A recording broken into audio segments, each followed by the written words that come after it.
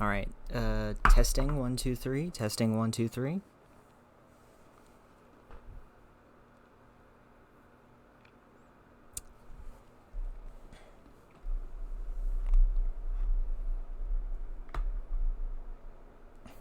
Testing 1 2 3. Testing 1 2 3.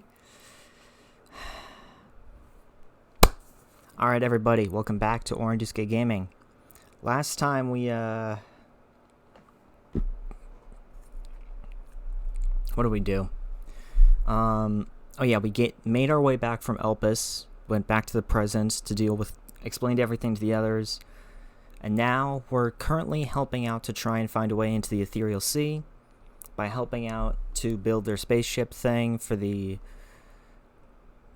Oh, by the way, this is all spoilers, by the way. I should have warned you ahead of time. I'm sorry. Spoilers ahead.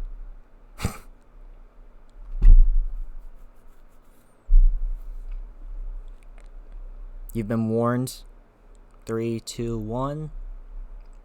I'm gonna have to cut that out. So, yeah, right now we're currently on our way to help out build a spaceship, so that way the the Charlians can help ferry people from Atheris to the moon. But before we do that and continue on with our journey, if you haven't already and you enjoy what you see here today, make sure to leave a follow here on Twitch, like, comment, and subscribe to the YouTube channel, and follow me over on Twitter to stay up to date for when I go live next. All this really helps support the channel out a lot. Let's get started.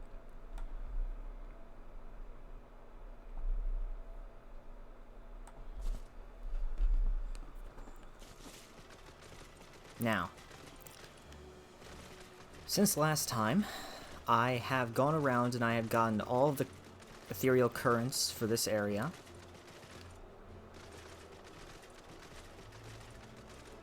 Now we're headed back to go ahead and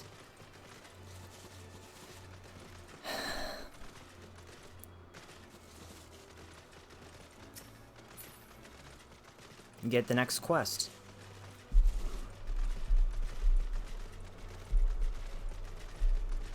I've been excited for this all week because, you know, we're getting really close to the end.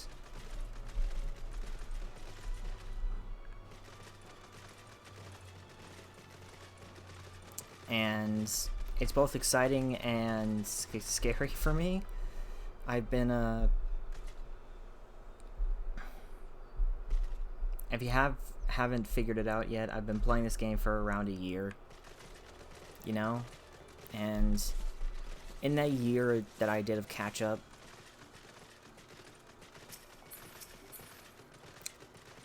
I honestly...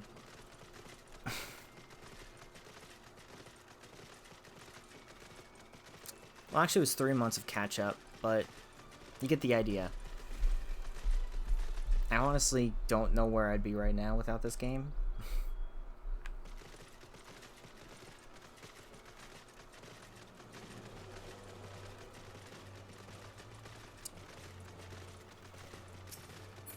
Like, this channel would not be named the way that it was if not for this game. I don't even know if this channel would exist, to be honest.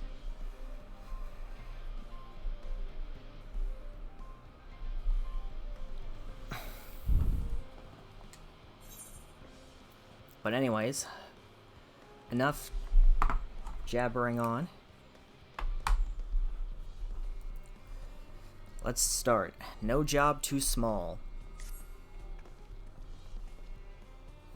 Though our friends are searching for refined adamantite and sacred relics, we will only know if they meet your requirements once they have arrived. In the meantime, is there else we might do to be of service?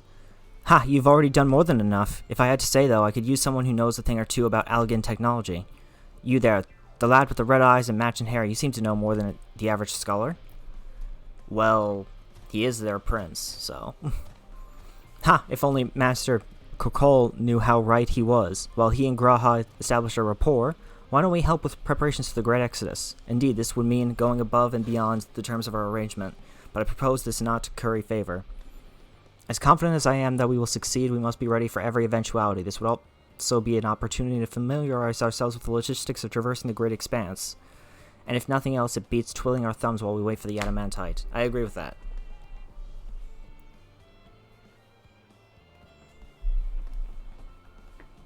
Well, ain't you a bunch of helpful buggers? If you have a mind to lend a hand, I know where you ought to go. Charlie and Hamlet is lousy with researchers and scholarly types, busying themselves preparing for the Exodus. Pah, that lot need all the help they can get. Well then, off we go.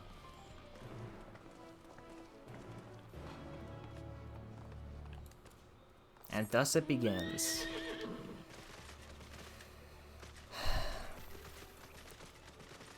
It blows my mind to think that we're so close to the end. And I know that there's going to be more afterwards, but I don't know if it'll ever feel the same, you know, as this game did.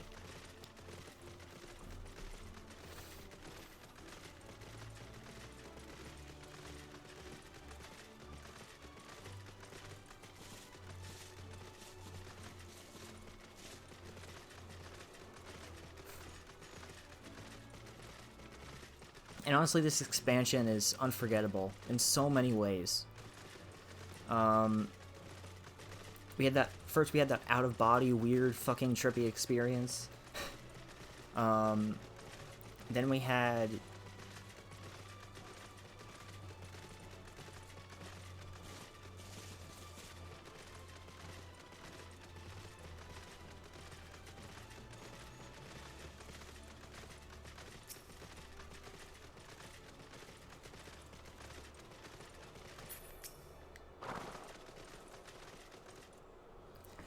From what I can tell, a lot of the people actually live down here.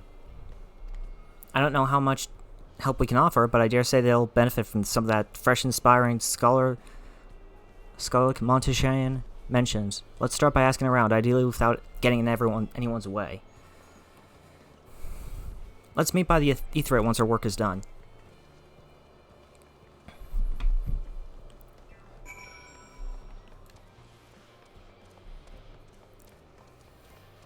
But yeah, I just feel like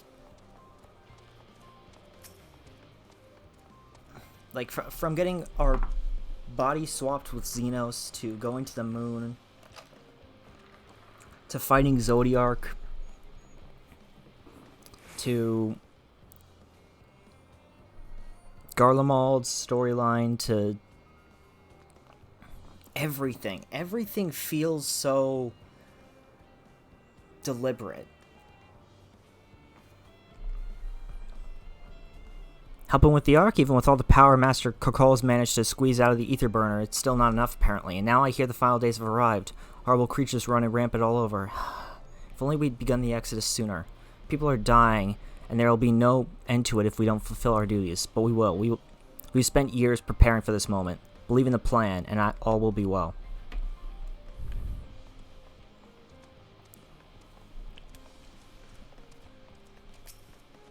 That's the way to think about it.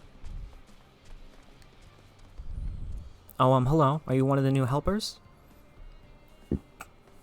Working on the ether burner? Oh dear, I hear things have come to a standstill on that front. Even so, I'd choose that over my current duties. Checking and loading samples day in, day out, it's tiring, thankless work. Still, no one will be cross if I misplace a few legumes or what have you. The form's got enough on their plate as it is, what with deciding who gets to board the Ark and when. Lots of powerful people have opinions about that. My opinion's my ass, that's what I fucking say to that. My heart goes out to Master Fortuna and the others. Hardly get a moment's rest, I expect. Did they even have time to sleep?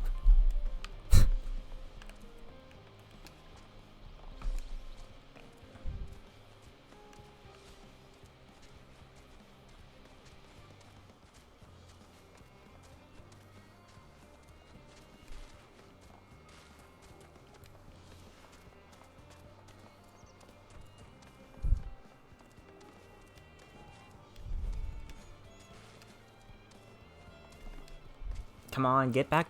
God damn it, you really can't get up there? Okay, fine. I'll use the regular way.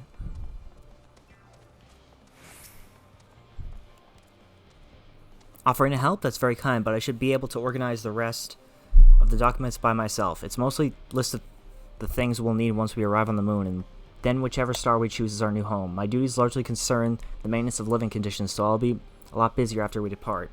I hear that our lunar collaborators have come down to assist in our efforts. I'm looking forward to finally meeting them in person after having communicated with them in such a limited capacity thus far. To be perfectly honest, I've not even the slightest idea what they look like. I do hope they're not enormous looming giants. If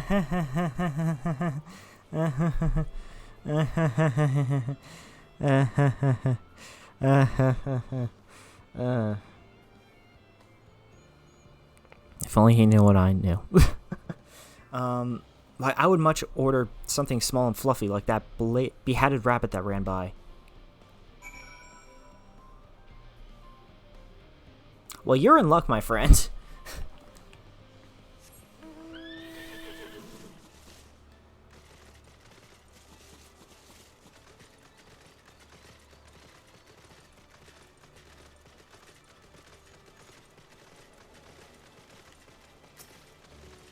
Living Way! Hey, what are you doing here?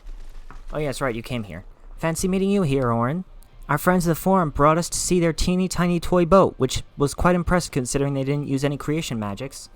What we're really interested in is the Theorist itself, though we now find ourselves in a sort of funny underground miniaturized version of it. We were hoping the forum would give us a guided tour, but it appears they're rather preoccupied. Honestly, all that time to prepare and they're still not ready? I suppose we'll just have to show ourselves around, or at least that's what we were planning to do until we chanced upon Urianger and your good self. Since you're both dawdling about and engaging in idle chit-chat, perhaps you could show us a few points of interest. Would that be fun? I guess so. Oh, I gotta talk to Urianger? Oh, fuck me.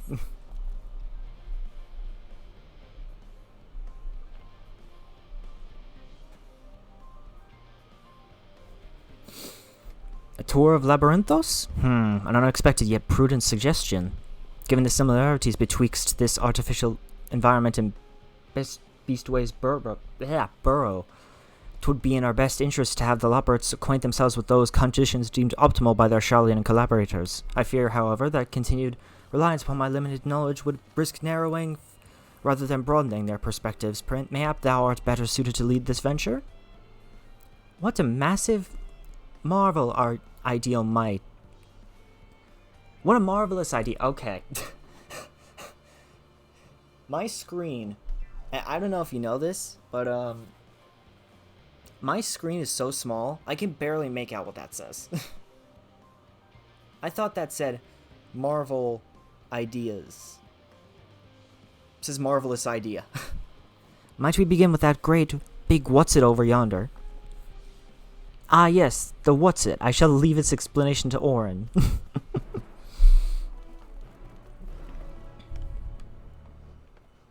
What's a what's it?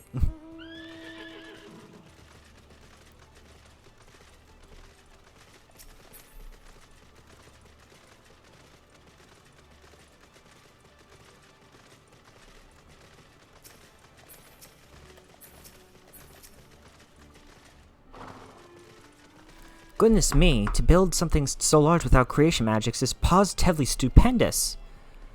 Perhaps you could direct our attention to its most important features.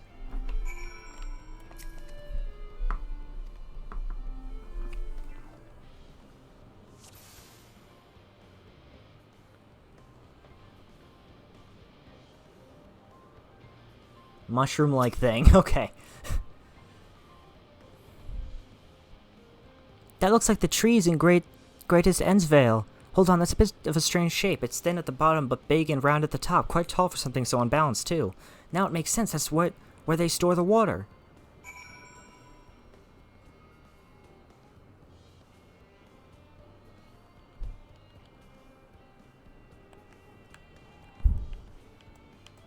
Metallic tube.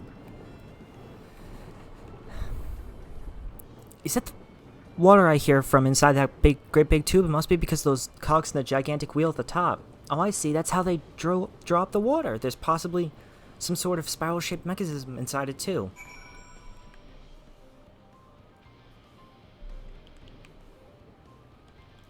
In the tanks. It's a little hard to see from here, but is that a golden pipe connected to the top of those tanks? And I can see through that window another pipe at the bottom. Ah, this must be for purifying water drawn up from below.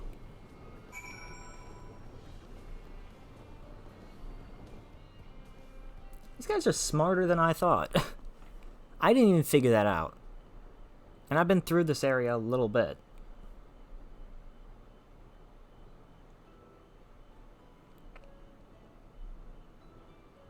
Well, if I were to hazard a guess, water drawn from underground, presumably with some other mechanism, is purified here and stored in the tower before being distributed elsewhere. I'm right, aren't I?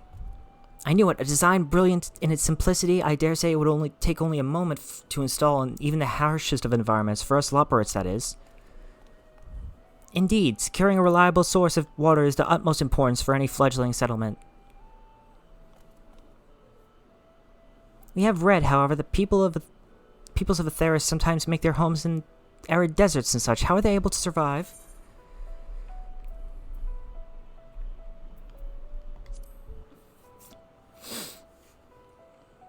Well, you see. So wherever you choose to live, you're never far from water. Oh dear, I worry we won't be able to procure the necessary amount. We can provide enough water to keep them from drying out completely, but it would appear they rely on it far more than we'd anticipated. A few adjustments may be in order once we've calculated the average rate of consumption per individual. It may also be worth learning more about how exactly they obtain their water in the first place. Master Alphonse spoke of the machinery responsible for that feat during our journey through Logisticon Alpha, did he not? Mayhap the Loporrits will share his appreciation for the engineering marvel. Oh yes, that sounds absolutely splendid! We must journey beyond the sanctuary of Charlene Hamlet. I shall lead the way. You mean we'll have to brave the untamed wilderness? A valid concern indeed. We cannot help but notice the many dangerous-looking creatures with big nasty teeth lurking beyond the safe confines of the settlement. Were we not escorted here by our burly custodians? Burly custodians. I guess I'm a burly custodian now. I mean, I am kind of burly, you know, as a character, but you know. You get the point. Okay? I dread to think what would have become of us. Regrettably, to many, a hungry predator with the aforementioned big nasty teeth, Loporrits may appear to be a potential and rather appetizing source of sustenance. Don't scare them like that. Might I impose upon thee to assist in securing safe passage to Logisticon Alpha? For my part, I shall act as escort to Living Way and Cooking Way. I entrust Singing Way and Growing Way to thy care. I got you.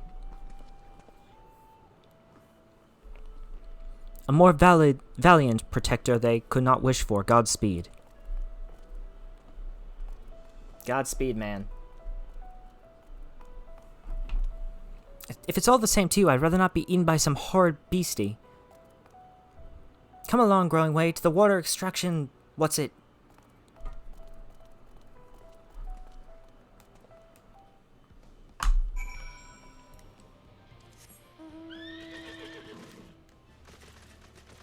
The water extraction, what's it? God, I love and hate the Loporrits at the same time.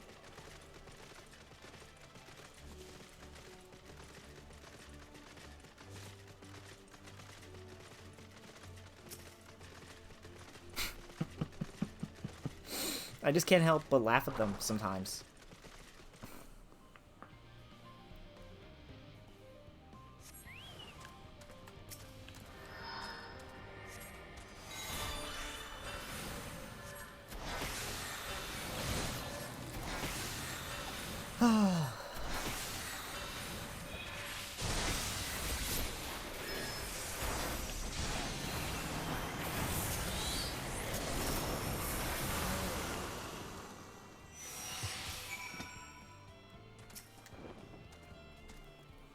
Thank you so much. I really hope this water extraction, once it is worth these harrowing experiences, all part of the fun, some might say, but I'd rather not be burnt to a crisp if it's all the same to you. No worry, growing way. No worry.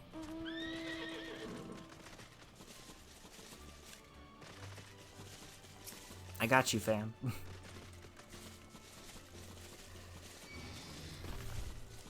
Leave me the fuck alone! No, fuck off. Run away.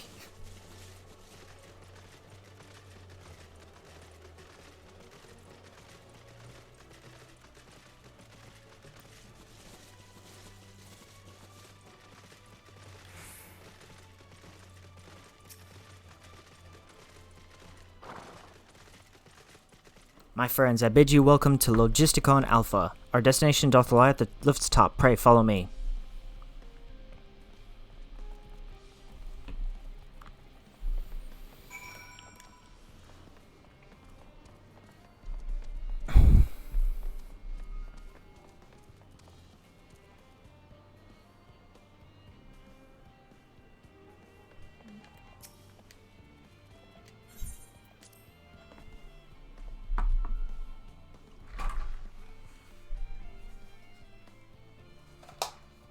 Oh shit.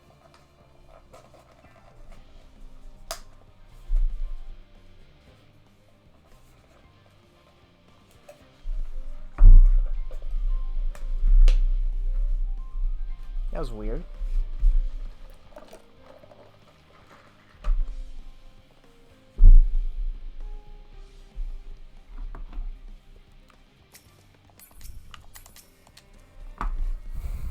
Marvelous, simply marvelous. So this is where the magic, or science, rather, takes place, the perfect environment to sustain life artificially created. The knowledge we'll gain here will be essential when we start looking for new stars for your guide to kinda inhabit. Apparently most of them don't even have air for you to breathe. If they don't have air to breathe on, we can't live there. You're all very lucky that Aetheris just so happens to provide everything you need to thrive, or did mankind turn out the way they are because of the available resources, I wonder? Either way, it's nothing short of miraculous, and I cannot wait to see more of it.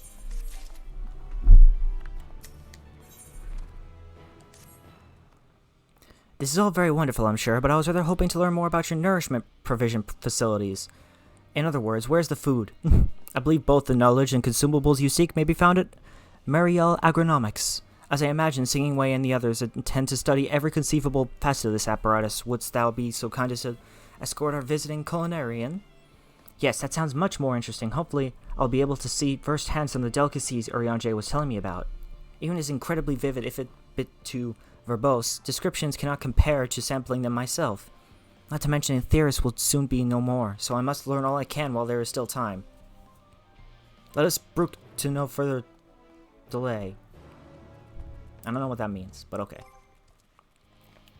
Oh yeah, I have an armory chest now.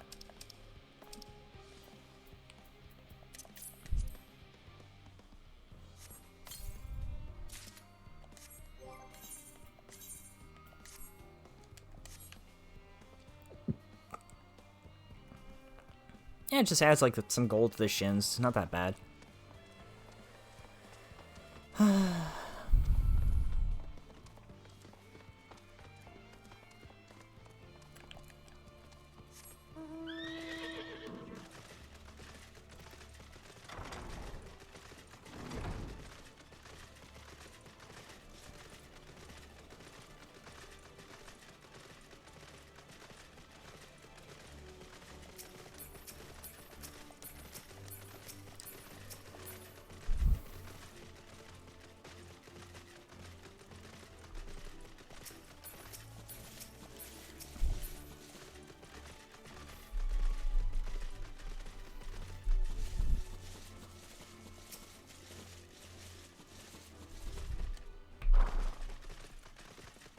This is the place, yes? The heady aroma was enough to guide me here, and I've spotted several of the fruit and vegetables featured in our compendium.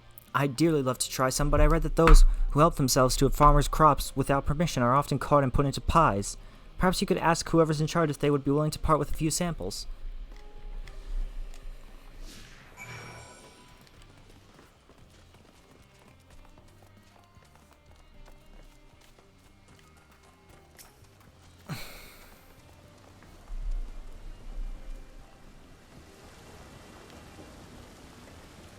What a fine mess this is. You got a couple samples? Ah, it's you, the one who climbed down the mine shaft. I'd show you around if I could, but I'm rushed off my feet preparing for the exodus. And I'm not the only one. We've all got to find ways to do what we do down here up there. First on the moon, then on whichever star the form decides will become our new home. It's also sudden, so unreal. Don't you want to go to the moon? Well, it's better than waiting for the final days to claim us, but no matter how carefully it's all planned, we'll never be able to take every variety of flora and fauna with us. Even the ones we can take may not survive in their new environment. So many species doomed to extinction. Sorry, that's not what you came to talk about, is it? Nothing quite so dire, I assure you. We merely wish to sample a little of your produce, if we may. By all means, help yourselves. Much appreciated, my good fellow. So where to begin?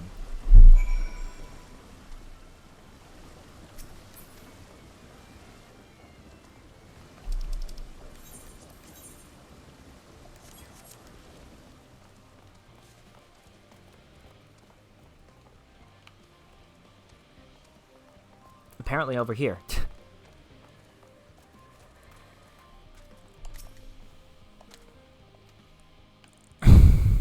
Ah, these are the famous grapes I remember seeing. So sweet, so sour. The taste is much like a ripe philosopher's carrot, and yet the texture is entirely different. The contrast between the outer skins and the fruit within is most peculiar, though far from unpleasant. Yes, I think I'll try another. Well, that's certainly giving me food for thought. Literally. Though in a far less visceral manner than any philosopher's carrot. But tell me, what is your opinion of grapes?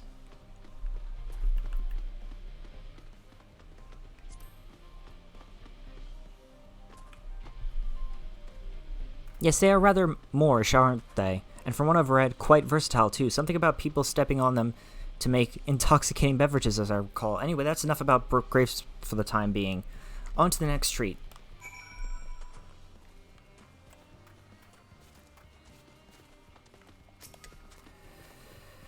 Orange by name, orange by nature. What came first, the fruit or the color? Who cares? Let's eat. The fruit. Yes, it's the fruit. Yes, that's, equal parts sweet and sour as with the grapes, yet nothing alike. I may have to consult Oriange about expanding my vocabulary. I simply cannot find the words to describe it. Perhaps what I'm looking for is bitter. This is all very complicated, you know. So many flavors, so many choices, and each individual with their own personal preferences.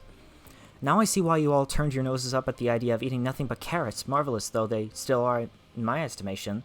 Let no one say I said otherwise. But speaking of carrots, I've yet to sample any of the vegetables. Let's see what's in that field over there. Oh boy.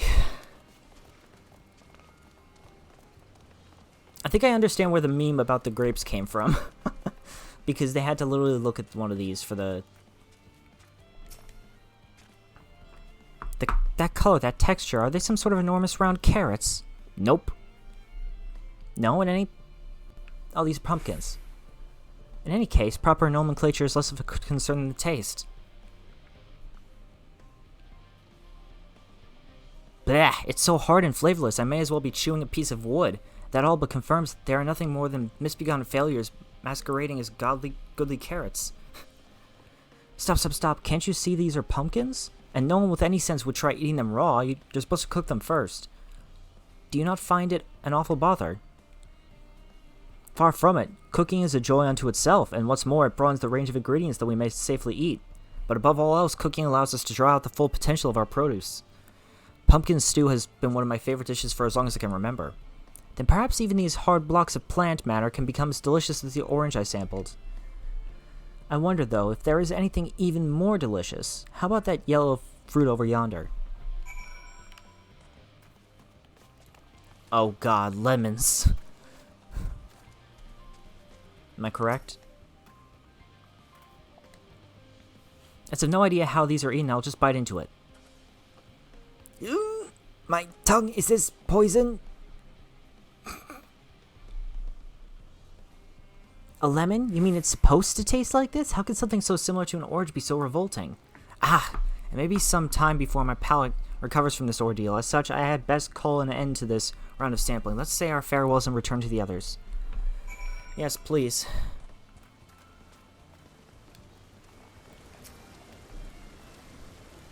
Finished, have you? I trust you found something to your liking. I'm rather enamored with the grapes and origins, less so the pumpkin, though I learned the hard way they're not to be eaten raw. Then there was the lemon, the deceiver. I still feel so violated. First time, was it? I'd hate for you to leave with a bad taste in your mouth in more ways than one, so I'll give you this lemon muffin I baked. If this doesn't change your opinion, nothing will. More lemon? Have I not suffered enough? Nevertheless, it would be remiss of me to spurn this opportunity to... Ooh, bit of sick came up there. Learn more of your inscrutable ways. Very well, lemon muffin, do your worst.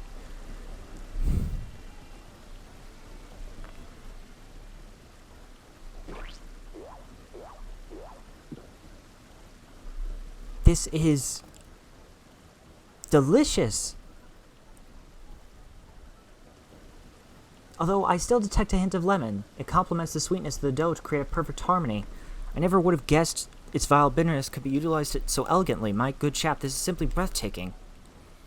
See, we readily use lemon in its natural state, but it has a starring role in all sorts of recipes, and the same is true for many other ingredients. It comes down to mixing the most of the resources at our disposal, and sometimes that can even be the difference between life and death.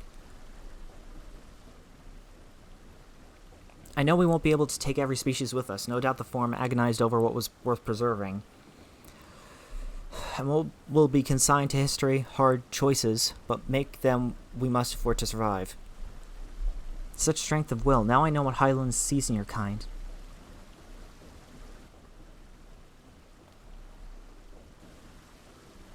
Mankind, the Loporits, we were both born from the accumulated knowledge of the ancients. They learned all there is to learn about the nature of sentient life and the fates of the stars themselves. Once this civilization has fulfilled the basic requirements for survival, it will inevitably seek to eliminate all forms of negativity and achieve perfection. And therein lies its folly and its downfall. For perfection is an unattainable ideal. 'Tis the paradox of the immaculate carrot. It's my favorite non-toxic FF14 player. Yo, Skyro, how's it going, man?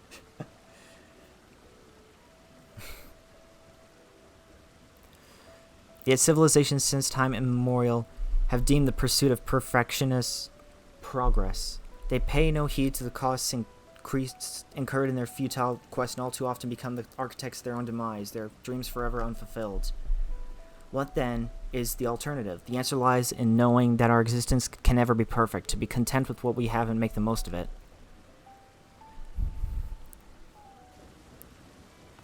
When life gives you lemons, make lemon muffins. Close enough. Close enough. Cooking way. But how are you doing today, Skyro? It's good to see you. Pardon my Eorzean, but what in the seven hells are you talking about? And who are you, anyway? Cooking way, at your service. I'm here to help prepare for the trip to the moon. And once you get there, you'll be able to try my carrots. I've been growing all different kinds. But don't worry, there'll be room for your crops, too. We'll work together to preserve as many of a Theris' species as possible if you're up to the challenge. Yes, of course, I too look forward to it. Well, this has all been highly productive. Probably. Let's go and see if Urianger and the others have run out of machinery to inspect. Shall we? I thought they already knew.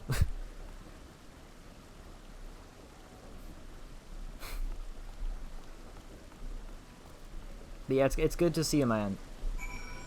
What was I gonna say? Oh yeah, how are you feeling, by the way? I know last time that we spoke, you were not feeling the best. I think that was Tuesday, right?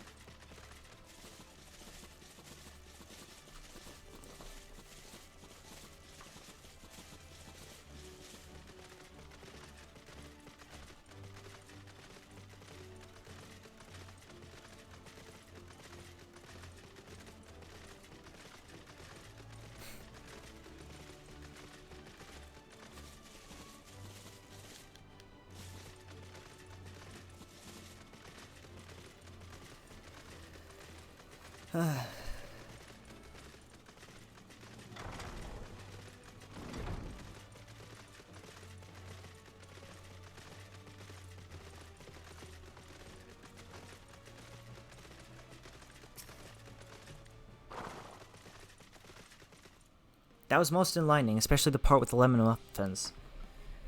Actually, I was wondering, do you know any of any other pieces farmed for their cuisine? I'll tell him about Limsa. Oh boy.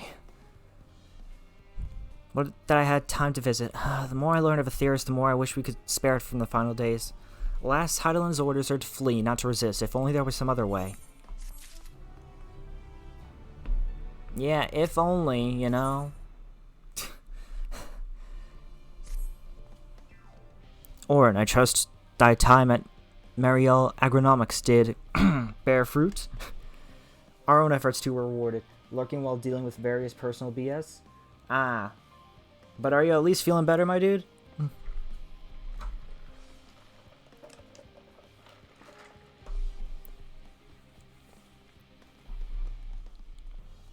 Our own efforts too were rewarded. We now possess an embarrassment of educational riches. Considering I got my departure window estimation? Yes. That's great to hear, man. I'm glad to hear it. No doubt our guests' relentless pursuit of knowledge could occupy them and us for a fortnight. Alas, time is of the essence. Let us return to Charlene Hamlet forthwith. I should gladly attend to each and every laborate there, should further questions within my power to answer arise.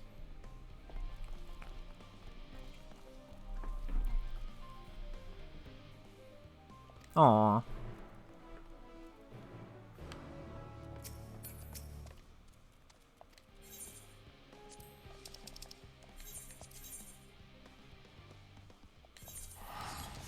I'll just fast travel there. Fuck it, why not?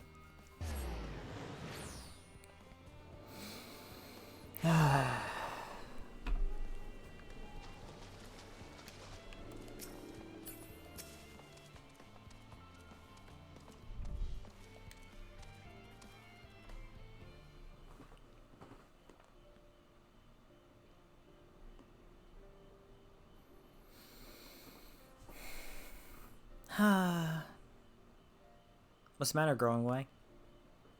Yes, Orin, that was indeed me verbalizing a sigh to express my emotional state. Do you want to know why? Because I saw the reconstructed environmental data for Aetheris at Logisticon Alpha, that's why. A forest so lovely and so leafy. Are all of your forests like that?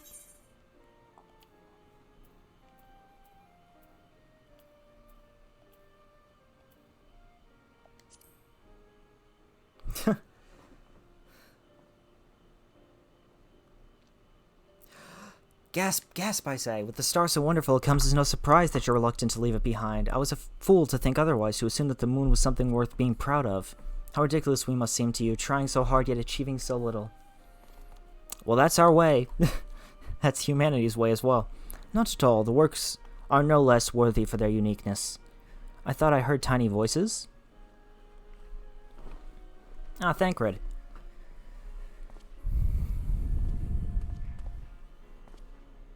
How didst thou fare? Oh, I was able to glean a fair bit from the researchers while helping to move their cargo. Preparations have proceeded without interruption here. Despite news of the coming end, we have the forum's leadership to thank for that. That's good to know. That doesn't mean people aren't worried, though. Quite the opposite. Knowing disaster could strike at any moment, they hurry to complete their work, equally aware that a single error could be the difference between life and death, and we can hardly tell them that there's no cause for concern. That's true. Perhaps not, though aided by our goodly growing way, we may yet find other ways to lighten their burden. Me? Be of use to people? I'm honored that you would think me so capable, but I'm not sure that I'm up to the challenge. Nevertheless, I believe in thee. If you say so, I suppose it can't hurt to try. I passed someone mopping in the Western Plaza that looked to be in need of a helping paw. Perhaps you might start with him. A helping paw. This game is getting cute. 'Tis as good a place as any. Come.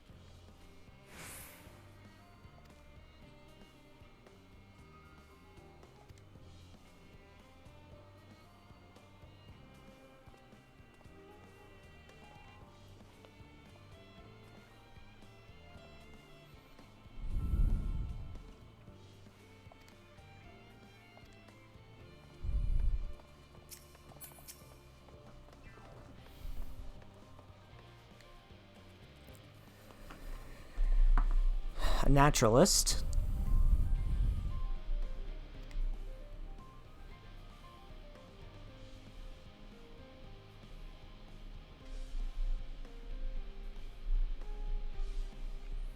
Ah, okay, this one's worried about the animals and the suitability of some of the candidates that they have. Okay.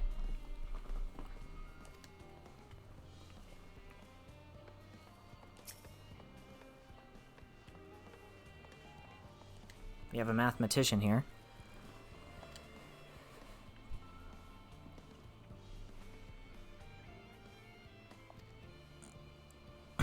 How much cargo we can consolidate into fewer trips should the ether burner make our original estimates unfeasible, but there are simply too many variables. I feel as if my brow will turn inside out. Alright, that's half of them.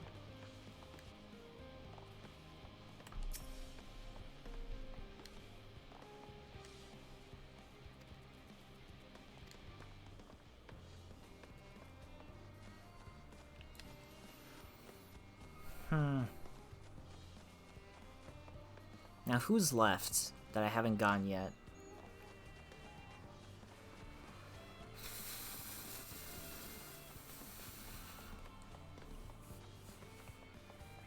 Aren't gonna have to check all the way to the left this time.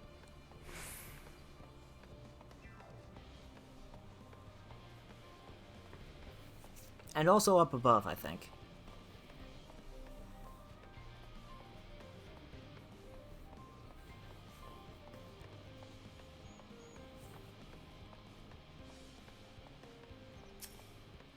Yep, up above was a good choice.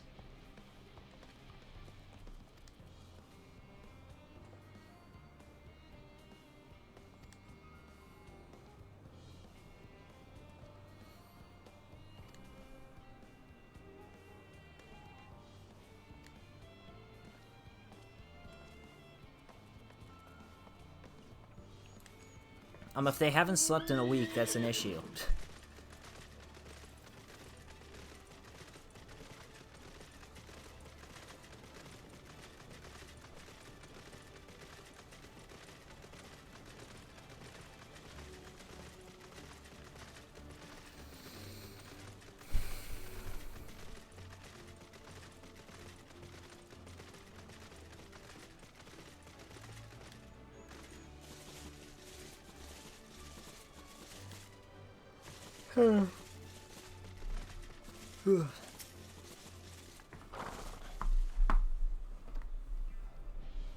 Oh, I'm wondering if I could help you.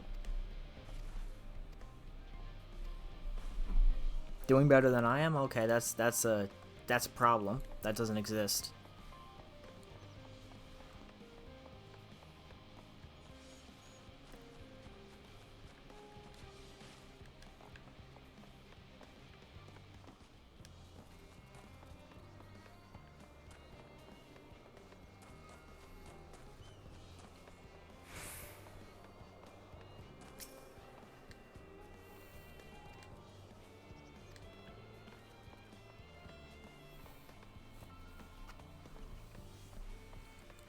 Alright, 3 more left, and then we will find out what we need.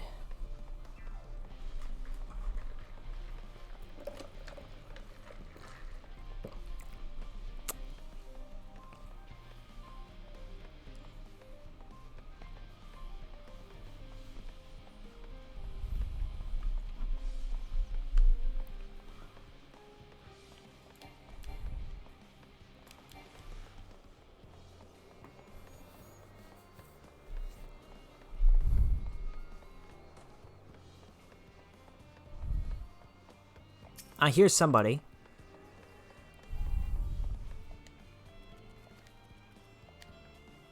God damn it. You just had to be a level-headed one, didn't you?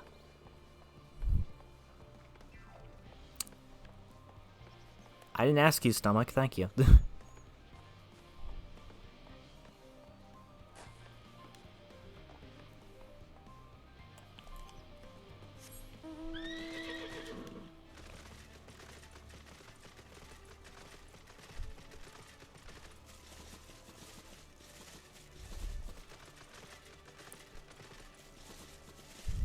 Oh, here's one. Distracted researcher.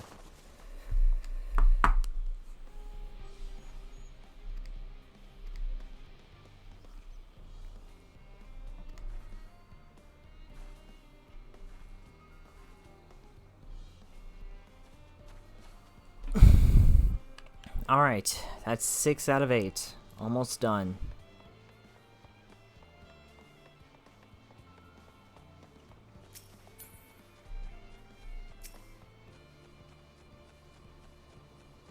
Okay, hyperventilating. This is definitely one of them. By the gods, my chest is tight. Am I dying? Is this what dying feels like? Oh, do pardon me. I didn't see you there. There's no cause for concern, I assure you. No cause for concern, even though we may need to depart at any moment, and if the hull I designed buckles under the strain, the entire vessel may explode on launch, claiming countless lives and dooming all mankind, but that is highly unlikely. Yes, highly unlikely. Highly... Our visitors can help me triple check for structural flaws, you say? Well, that would be wonderful. I'm breathing more easily already.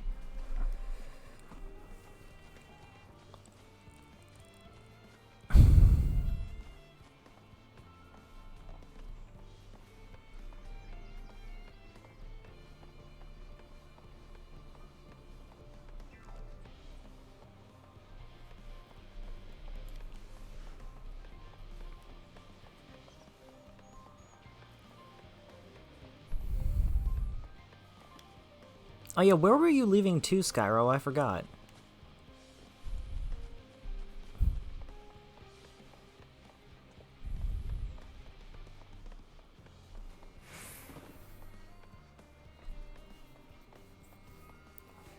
Now where's this last person?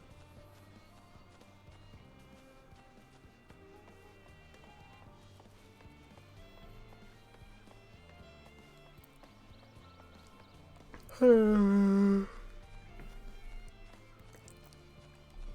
am I yawning? I'm not even tired.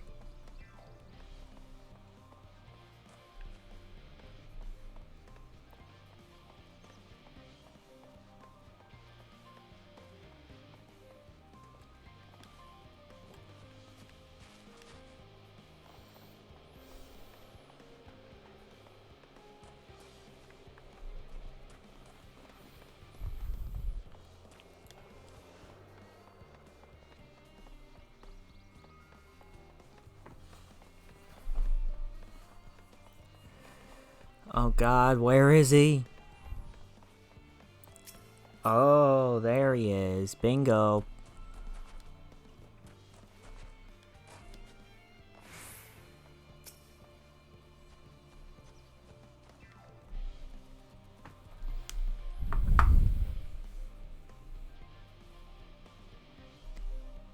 And you're supposed to pilot the Ark?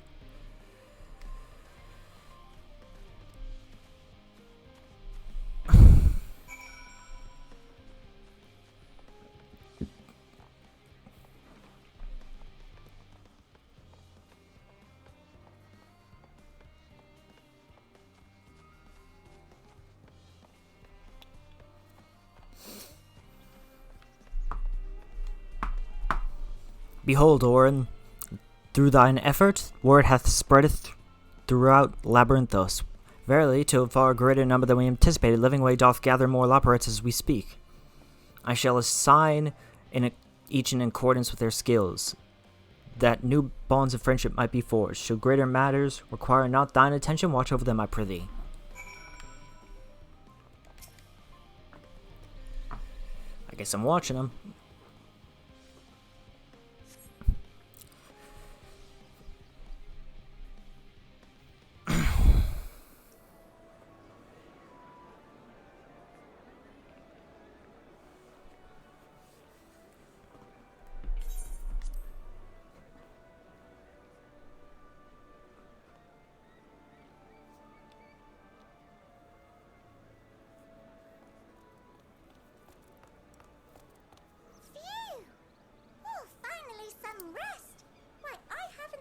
So much in, well, in forever. Well, good for you. Lively, isn't it? The town is abuzz. Everyone eager to meet with our friends from the moon.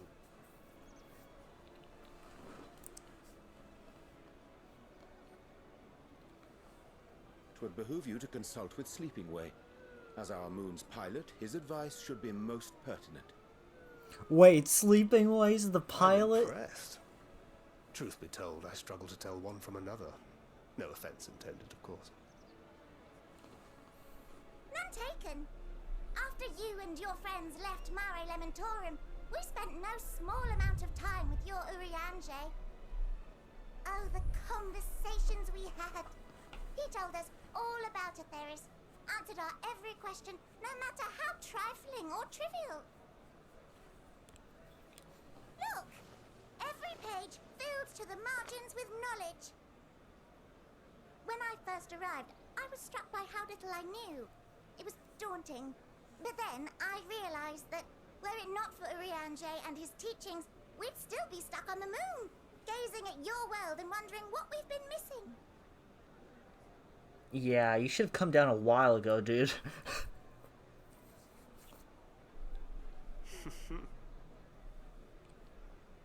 What would they think if they could see Urianger now? I dare say they'd be more than a bit surprised. And impressed, no doubt. Who are they? Master Louis Soir, Minfilia, Oh. Avalimo, and not to forget,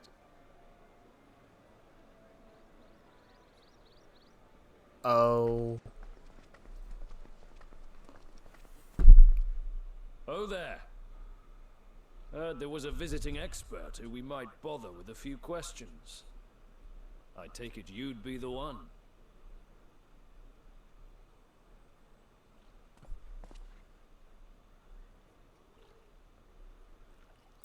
Yeah, yes, I am.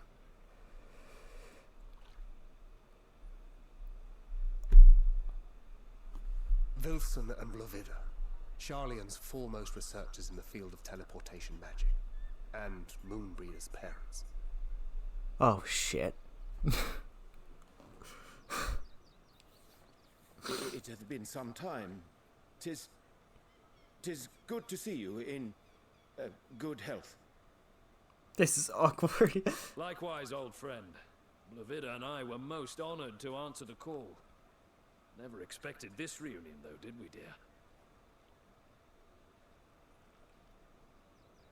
Oh my god, she's a spitting image of her. Arthur, the nerve.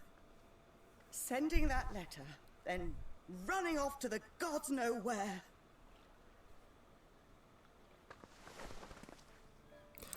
Aww.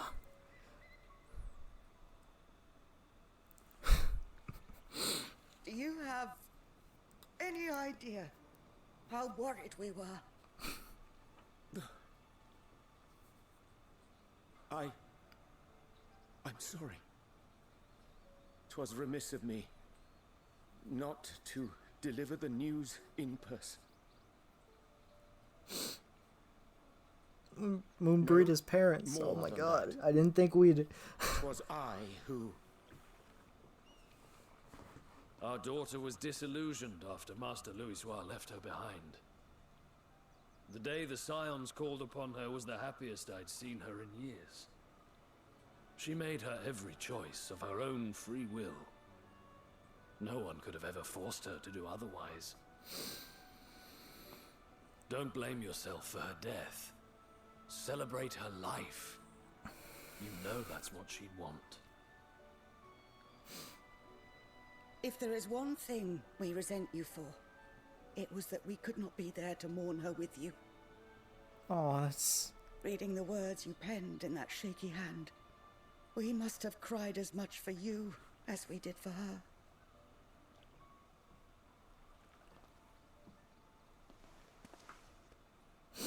Oh. I'm sorry. I truly, truly am. I knew not what to say. Knew not how to express my feelings. The poems and platitudes of wiser men, musings on sadness and loss, studied and memorized, and meaningless in the moment. Silly boy. We are all powerless before such grief. Even now, try as I might, The words escape me. But in our hearts, we know. We always know.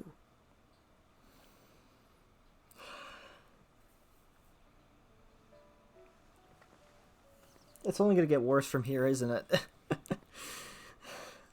That already I made me remember tear when up. you were young, how the lads teased you for choosing the company of books over others. Our moon didn't take kindly to that. Be nice to Urianger, she'd shout, and give them a walloping. No matter how many times we scolded her. So we offered a suggestion. Rather than starting fights, why don't you be the bridge between Urianger and the others? She had to mull it over for a while, arms crossed, brow furrowed in intense thought. But from that day on, she never let you be alone. She'd drag you outside to play, pepper you with endless questions, read the same books you read, all to try and understand you that much better. I'm sure it was annoying and exhausting at the time, but she only ever had the best of intentions. And look at you now, at the center of the crowd. The reason there even is a crowd, having brought these people together. Yeah, it's come a long No way, I idea guess. how proud we are. To see the boy, our daughter, trusted and believed in more than anyone, grow into the man she always knew he could be. I can see her in you too. Feel her. She walks with you wheresoever you go. So thank you, Urianger, for being who you are.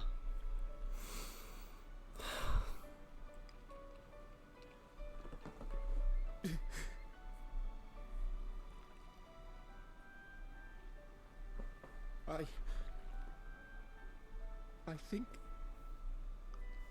I can feel her too.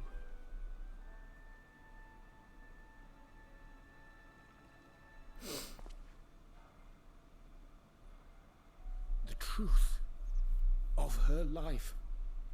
Not sorrow, but hope and love.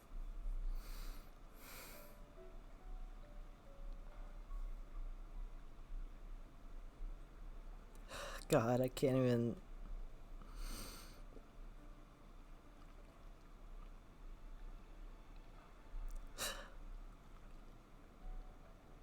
This moon breeder. She was important to him, wasn't she? Mm-hmm. You could say that. You could ask the man himself.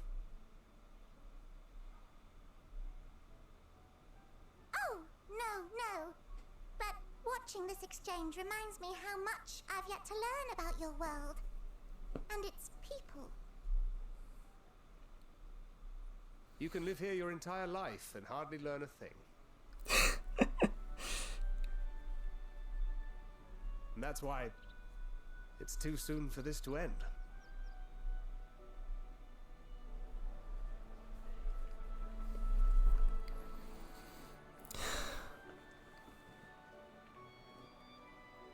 Well done, game.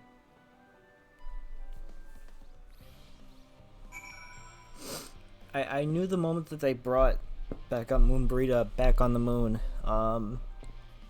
they were trying to do something. I didn't know what they were trying to do, but because it had been such a long time since we had last heard about her. Like, Jesus, last patch 1.5, I think, or 1.4.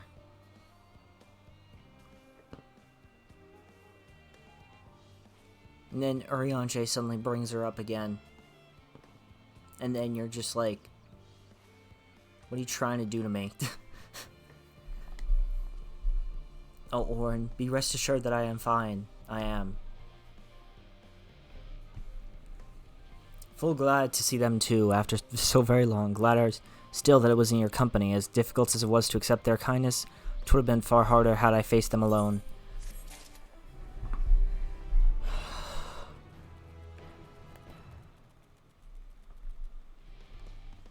I'm screenshotting these two. This is.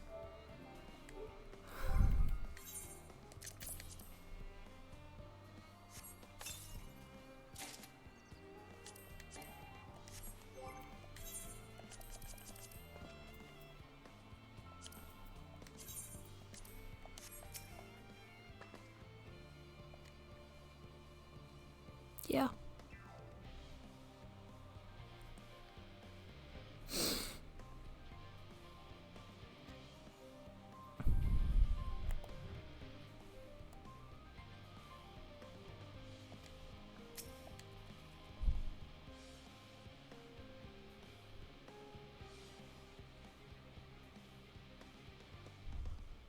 Moon's Bride.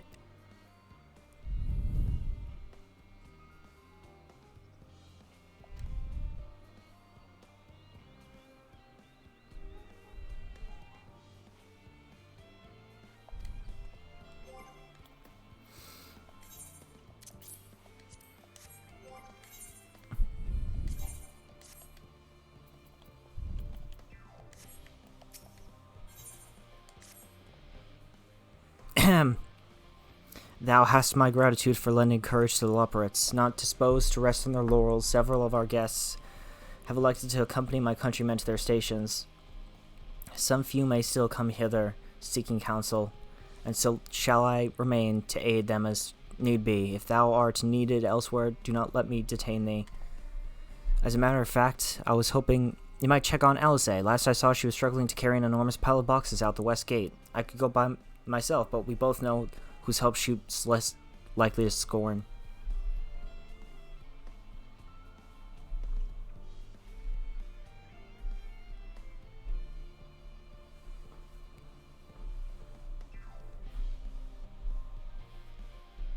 Not to mention that, much to my misfortune, I could think of several other things I ought to be doing until then.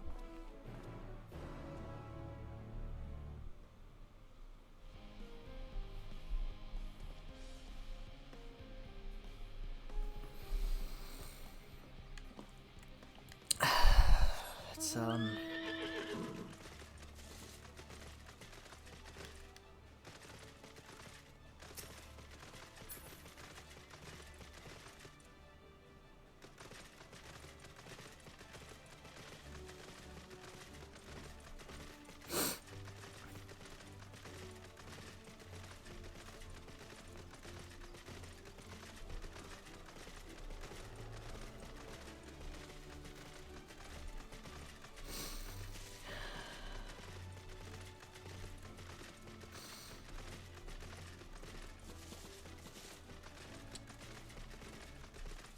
I don't even know what to say after that. I didn't expect it, but it hit.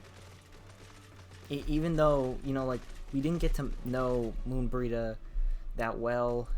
She was like...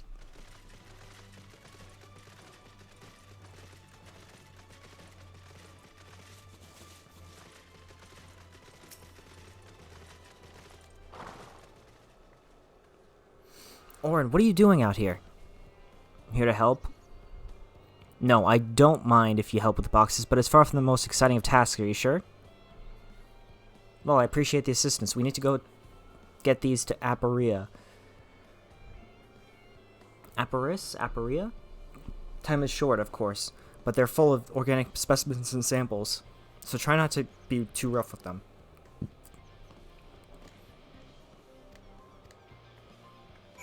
I have 3 minutes.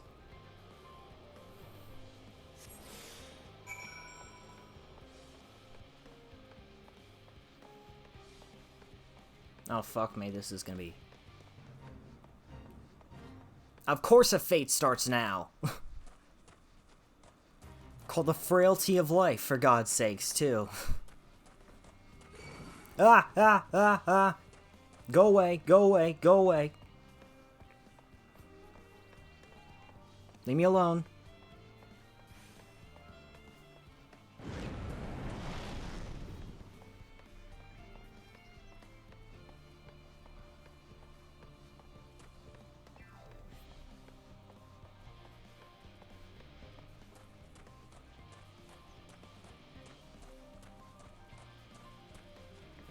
Almost there. Oh god, there's two of them literally right next to me. Oh my god.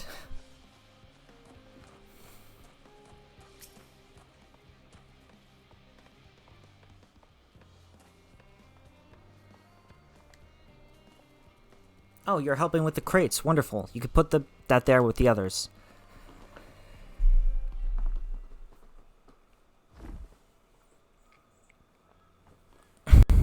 You have my gratitude, but how did you come to be involved in this?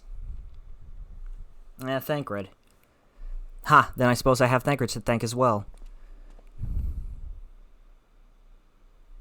If you're wondering why we were tasked with bringing these boxes to Aporia to begin with, so was I. It turns out that this is a base of operations of sorts. Those with final say as to what is included in the ship's manifest can be found here. Rather included, I suspect. Father included, I suspect, I mean. That should be everything. You carried all that at once? Are you trying to injure yourself? Oh, hush. They're lighter than they look, and not everyone has your delicate arms. I suppose we should let someone know that we finished. Theopoldin is in the courtyard. We can report to him. Why don't you come along? You should get credit for your assistance at least. Considering where we are, we might even learn something interesting.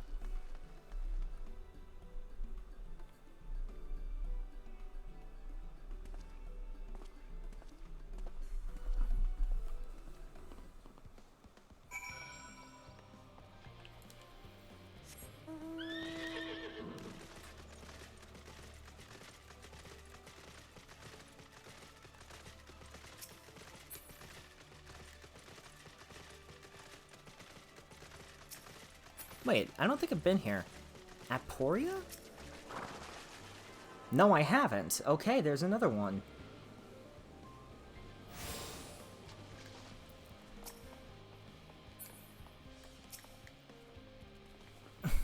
Gods, it never ends, does it? What can I do for you?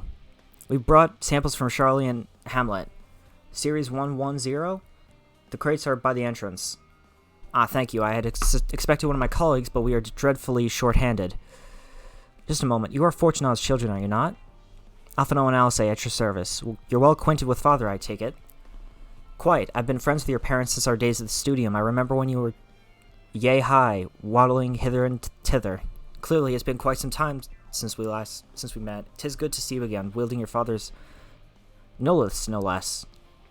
You knew our parents when they were young. What were they like? Pray, spare no detail. I should like nothing more than to regale you. Alas, I am meant to be in charge here, and reams of paperwork want for submission. We can help you with that in exchange for the sort of stories our parents would never willingly divulge, of course. Very well then.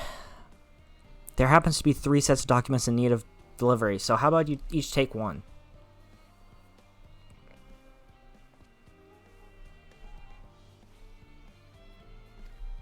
Wait right there.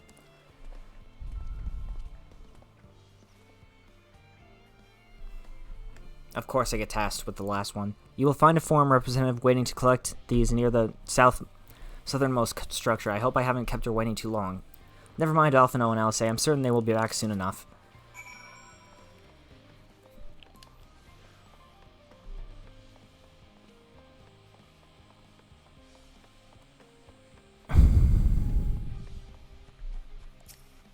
There they are.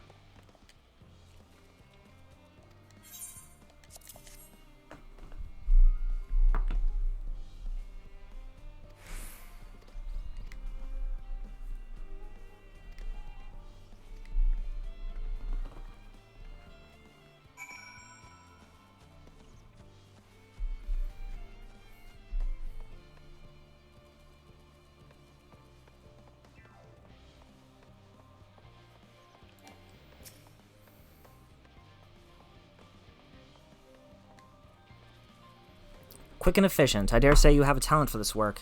The twins' papers only needed to be delivered to elsewhere in the facility, so they should be returning any moment.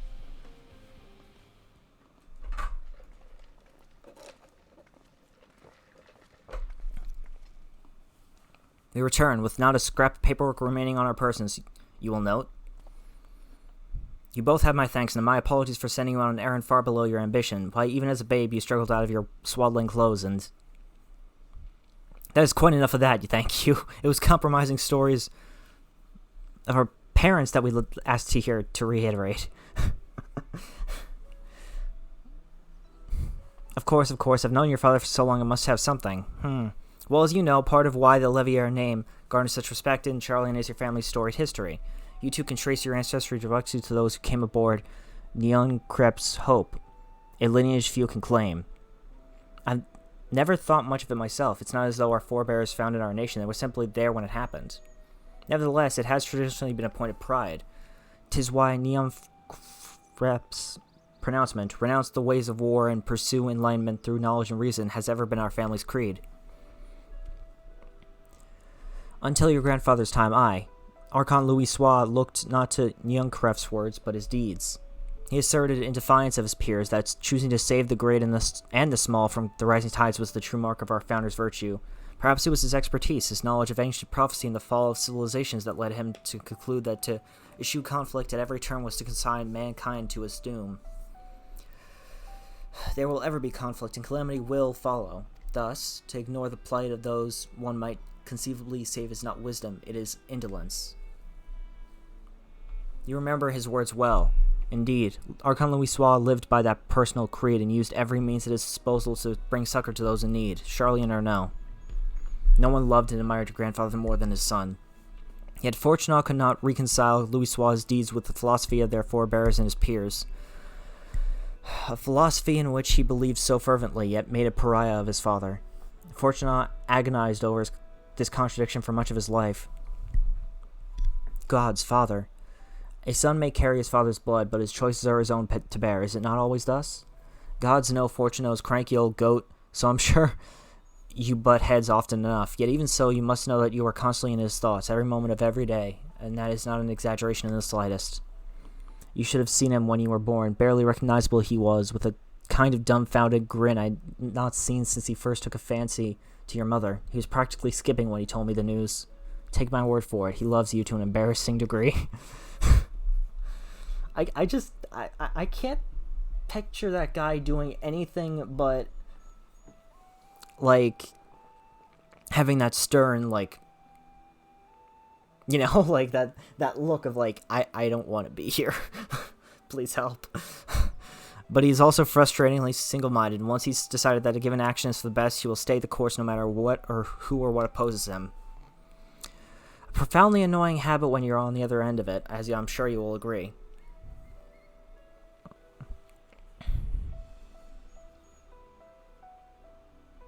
I'll say, thank you for your insight. When we next meet our parents, I shall mention that we spoke. Try not to get me into too much trouble now. I need the forum on my side.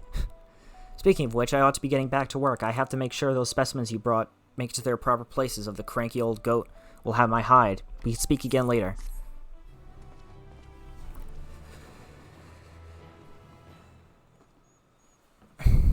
Hail, you three. Graha, surely Kokol hasn't driven you out of the forge already. For better or worse, no. However, he has sent me a task that requires more than my single pair of hands, and here you are. I could use at least one of you, but I won't object to more. Unfortunately, Allison and I have prior commitments, and we have delayed too long as it is. What about you, Orn? Can you spare the time? Yeah, sure. What do you want? Perfect, this shouldn't take long.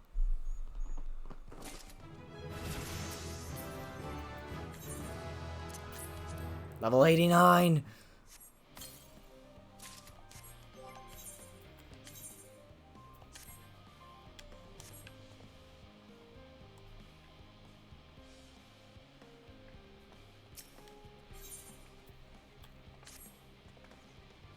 In the event that our, and I quote, promised heap of adamantite falls right out of the bloody sky and into my lap, Master Kokol wishes to be ready to put the proverbial hammer to anvil at a moment's notice. To fabricate these parts, however, he needs the flames in Kokol's forge to burn hotter. He sent me to increase the amount of ether being funneled to his furnaces. The flow of fire-aspected ether in Labyrinthos is regulated by an elemental reactor south of here, to which I have borrowed the key. The adjustment will require 2 people to carry out safely, but I can explain the process when we arrive. This is where we part then. We'll see you in Charlie and Hamlet once the adamantite arrives, if not before. This way, then.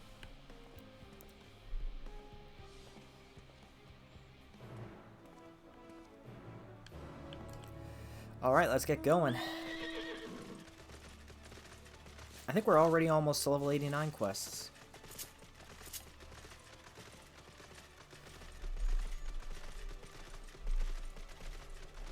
Yep, I think so.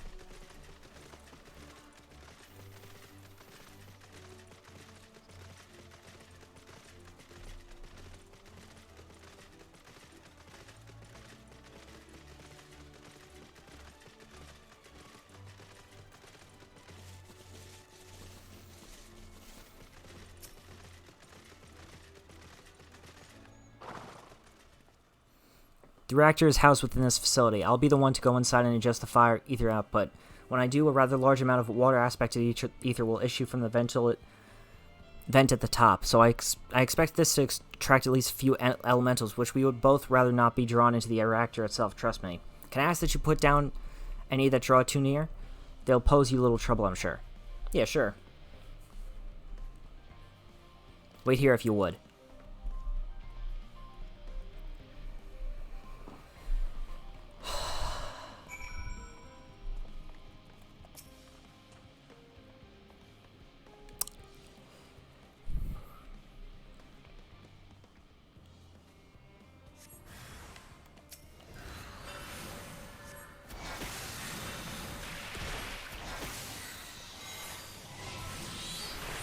Alright, Garuda.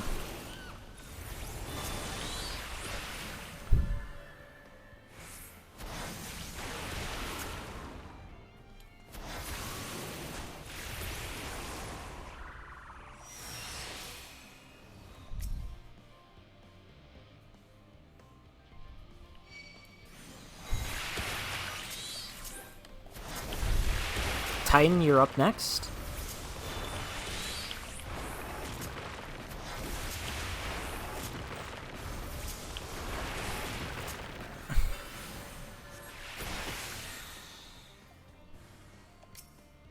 And now, Ifrit.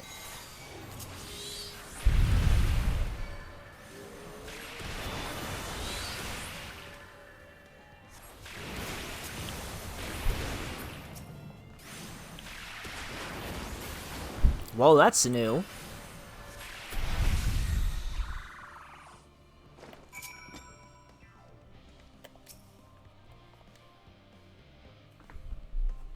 I think that's it.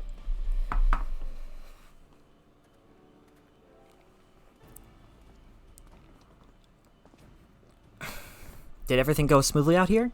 Yep. I thought as much. No major complications to speak of inside either. And the water ether appears to be venting properly. I expect Kokol will have seen a difference in his forged flames by the time I return. Since I have you, there was another matter I thought to discuss with you. Nothing terribly important, merely something I've been considering. Part of this I shared with everyone, yet you and only you have been to help us. What is it? As we have established, refined adamantite is a product of Elag, of the Empire's twilight years, in fact. It was a material which saw much use as part of the Allagan's effort to extend beyond the bounds of this world, Delamoon, of course, being the most prominent. Of those who would push further, expand Allag's empire to encompass the heavens and the stars above, perhaps the greatest was this infamous technologist Amon. Yeah? Did he remember his life as Hermes? I believe he had his own reasons. There is no evidence to suggest that he retained memories of his former life. He only joined the Ascians once the Empire was all but dust, as you know. If not his memory, though, what drove him to pursue the idea with such fervor? This may seem far-fetched, but what if souls like minds have a personality, so to speak, a natural disposition towards which they are inclined? I mean, this does make sense. They did mention that, and this is interesting, they mentioned this when I was in Elpis. When they first saw me and they noticed that my ether was similar to that of Azem's, they mentioned, oh, well, considering him and how much of a troublemaker he is, I'd rather not be around this guy.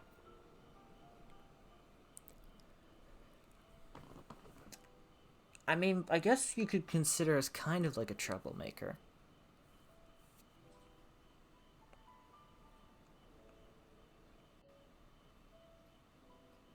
So, I mean, he's not wrong in a way. We know with relative certainty that it was the gross decadence and inexorable decline of Alec that moved Amon to resurrect Emperor Zandi.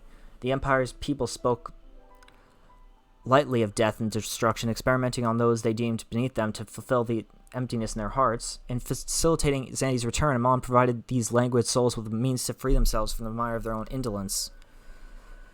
Or would have, had not Zandi been convinced by his own death that life itself was meaningless. Amon's desire for his own countrymen to conquer the heavens could only be a means to the same end, to instill the people with a new purpose. Like Hermes before him, Amon was appalled by how those around him lived, but could never bring himself to believe that those lives were devoid of meaning, and both of them sought that meaning, that hope in the distant stars. Such is my theory, anyway. Ultimately, it's the consequences of their actions which matter. Their motives are of no moment, and yet, to reach those stars on wings of adamantite, to travel to the ends of creation and beyond, the promise of hope everlasting, that much I do understand. But enough musing for now. Why don't we see how Kukol is getting on? I agree. It's been way too long since I've seen him. Let's find out how he's doing.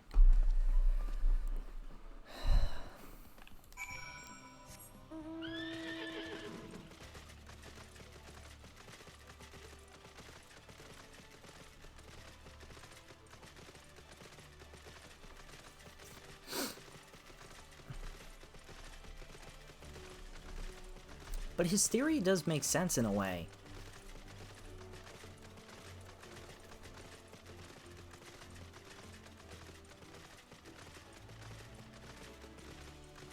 But then wouldn't that mean that there was some kind of a crazy psychopathic person, very similar to Xenos, who was constantly going around? Oh god. Dear Lord, please.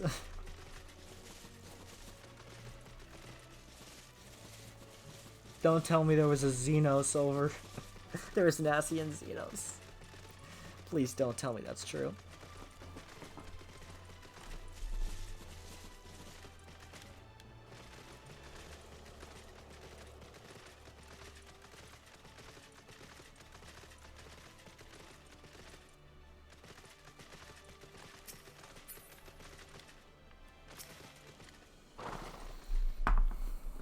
Whew, I can feel those flames ablazing from here. Glad you found someone capable, Guraha, but there's not much left for you to do.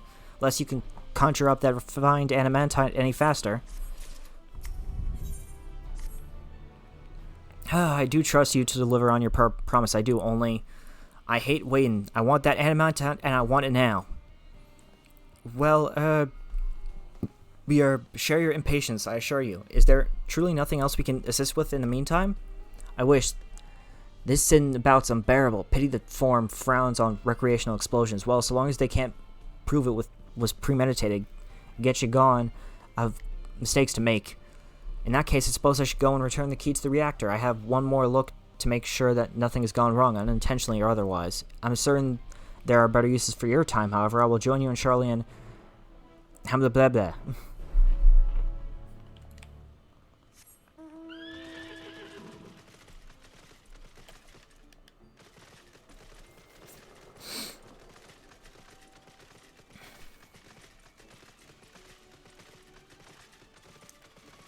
But seriously though, that does concern me. Was there a person like Xenos on that star?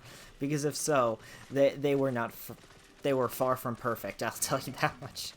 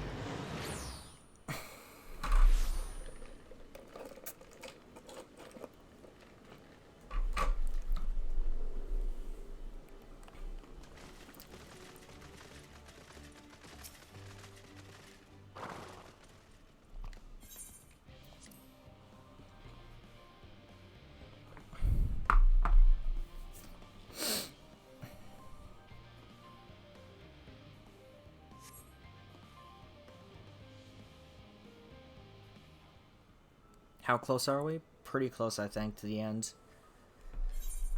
This is probably going to be voiced, All so... set, I take it? Yep. We finished what we could. Delivered supplies, tracked down escaped animals. Trivial tasks as they may be. Great. Actually, I can see my character's clothing better now. That's enough, don't you think? If there was anything more important still undone, that would be a problem in itself. The vessel is essentially ready for departure. All that remains is to load the final batch of supplies and see everyone on board. Once we've readied the ether burner, that is. Where is that goddamn adamantite? Ah, had a feeling we might find you all here. Our consultations with the Loperites, too, have run their course. Pleased I am to say that our researchers' concerns have for the most part been allayed, though some insist on making adjustments to the very end. For their part, Livingway and her peers have graciously offered to stay and keep the people company, lest any lingering queries go unanswered. Good for them. All that remains is to wait for the refined adamantite. Alphino, are you there? It's me, Cryle. Oh, Cryle. Your special delivery has arrived. Round up everyone and come to the harbor at once.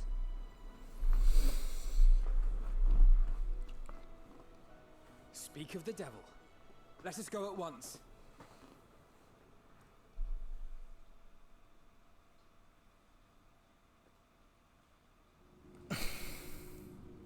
Good news for us, at least.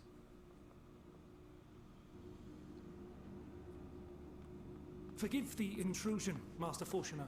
I bring urgent news. A great commotion has broken out in Scholar's Harbor. Your presence is requested with all speed.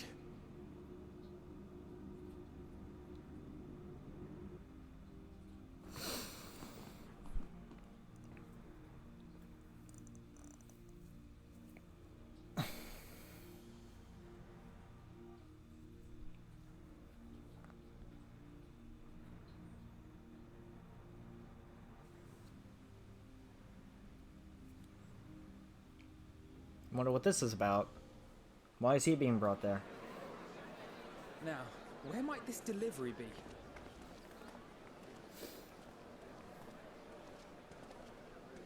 Oh.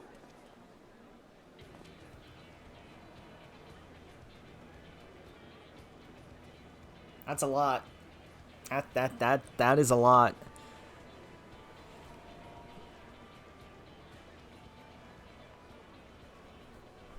I'm sure it's very important, but we cannot accept these without the proper permits.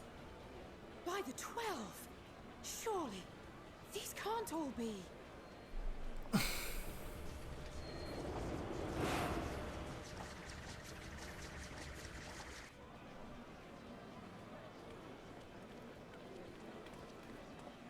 Bleeding hellfire! They're bringing them by sea and by air. All these folks in these crates. Wait a minute, was that the pirate from the Heaven's Ward quests? I can't remember the name of them. Got your adamantite right here. A bigger haul than any of these sorry The 3-part post Heaven's Ward thing. Yes, because you were charged with seeing the shipments from Gridania and Uldar here, along with your own. Give credit where credit is due. Sounds like the sorry whinging of a sore loser. An hypocrite to boot. Oh. Ain't no way a scrawny whelp like you took a dozen steps inside a Dalamon shard. I'll have you know I went all the way to the entrance. Oh, to the entrance. Well, well, aren't you the best? Of the Sky Pirates. Left you outside so you wouldn't get anyone killed, did they? Well then, credit where credit's due, you did a right fine job sitting on your ass. I like Sickard. Make me. I will not stoop to your level.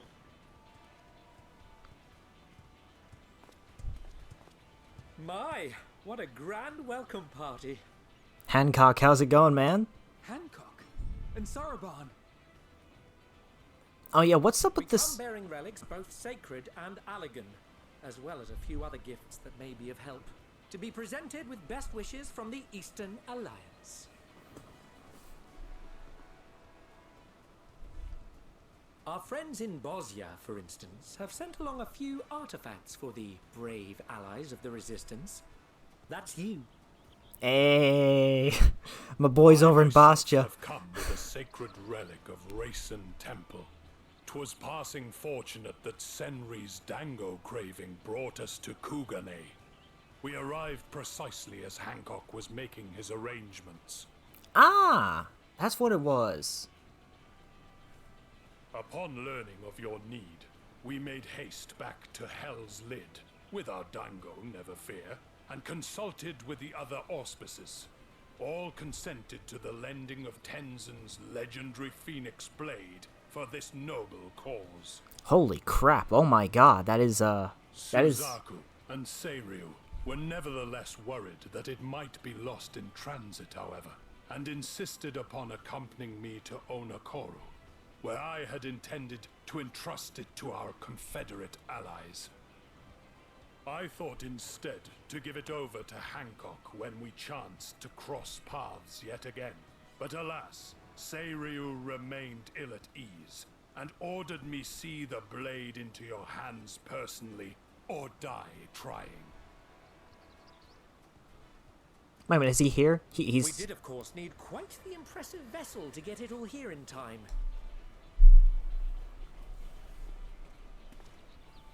Fortunately, our majestic associates have been more than helpful. It is an honor to join the Warrior of Light on another adventure, they tell me. Wait a minute, are those the boys from the Alliance raids? That's it. The Alliance raids from Stormblood? I shudder to think of the ransom we must pay for such a bounty. Fret not for your coin purse, young Alphino. Lord Lolorito looks ever towards the profits of the future, and thus the East Aldenar Trading Company went to some lengths to reduce the financial liability. Oh, I'm sure he did. Since the Scions funded the entire venture, not a gill need be rendered up in compensation. Everything is already yours. We funded the venture? When? Yeah, when did we do that? Don't God let the name damn fool it. you. This coin keeper knows a thing or two about spending. Tataru, you have explaining to do, my madam. When it comes to capital investiture, a sprinkling of gil here and there will not do. You need enough savings to make waves when it really counts, which is why frugality is paramount. And what, pray tell, are you doing here? We also have the benefit of a generous patron. Generous being rather an understatement. She has supported us from the shadows since the very founding of the Scions. We even had coffers to fill. Mother! Yeah, Mom. Amelians. I remain, of course, an entirely neutral party.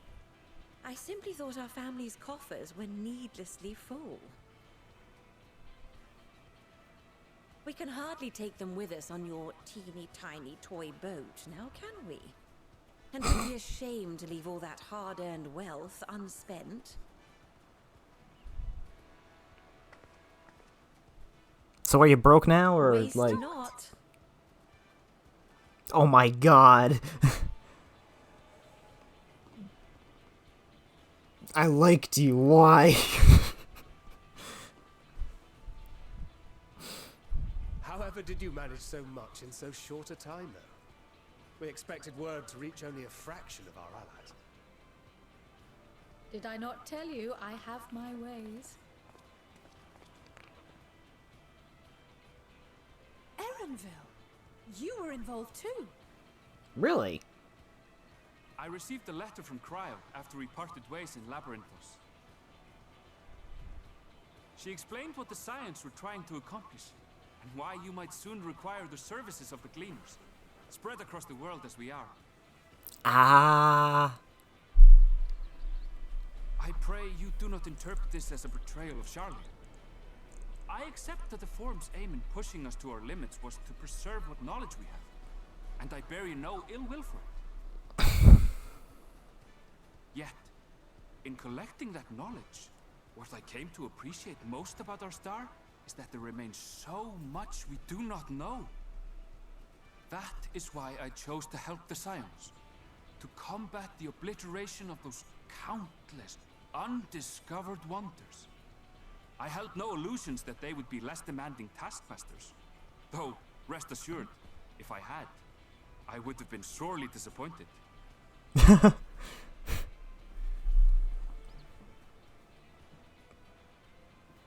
make a long story short, the whole of the guildship cooperated to ensure your call was heard far and wide.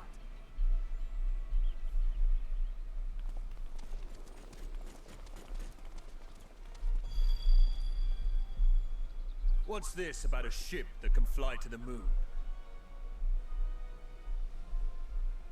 And why didn't you mention it sooner? The one time you don't beg my aid, your problem's a bloody ship that can fly to the moon. We have everybody here. You brought the team.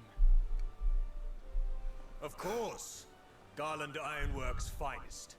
You need only point us towards my new favorite ship. And Alpha's here? Oh, I nearly forgot. We stopped by Whirlint before coming here and picked up a package from Gaius. He's still of the mind that actions make for better penance than words, contrite or otherwise, so we offer none of the latter.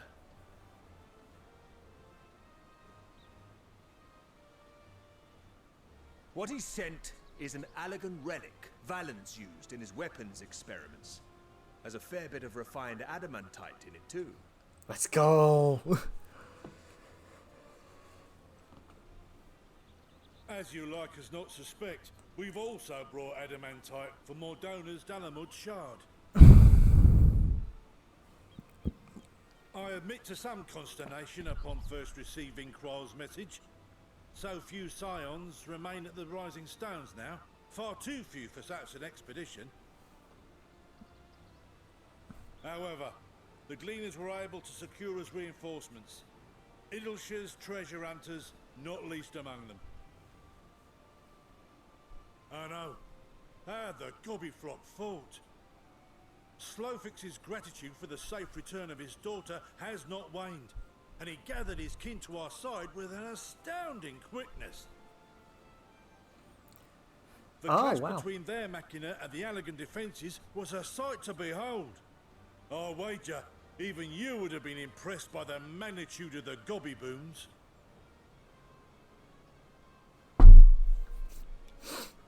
Fascinating as all this is, I fail to see how it explains your presence here. Does Razat-Han not have more pressing concerns?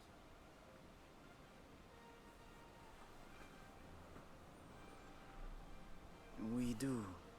Yet averting the final days would be the most expedient solution.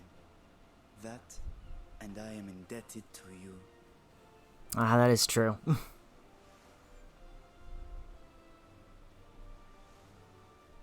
Though they chose to take their leave of Thavnair, those you saved in Galimund remain my people. My gratitude is beyond words. 'Tis appropriate that I aid you in kind. If in the doing we bring salvation to others of this star, so much the better. You will recall that I spoke of my father, Midgard Summer, and his journey across the great expanse. Yes? As he traveled betwixt the stars, his resplendent scales drank of the ether in those nigh empty surrounds, and imparted to him the strength to persevere. Thinking they might further your cause, I called out to my kin for consent. Oh.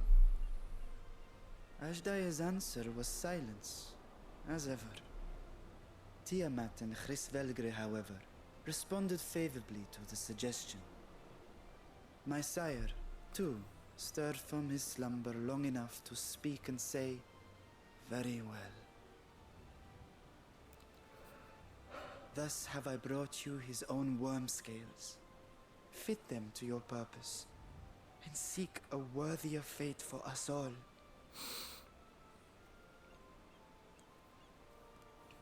I'm just glad to hear it's okay. You'd be hard-pressed to find someone else so familiar with the unique properties of dragon scales. So I invited myself along. It's good to see you too. Jesus. Look at me, this is so unbelievable. I've gone right back round to believing it again. Forget a 6% gain in efficiency. With all these goodies, we could get 7, no, 10, no, 14 bleeding percent.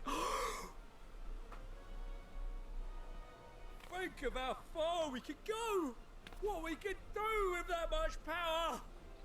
What we could blow up.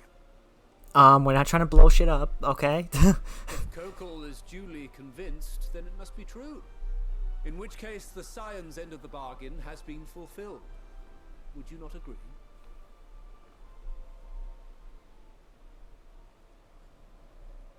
Come on, say it, say it.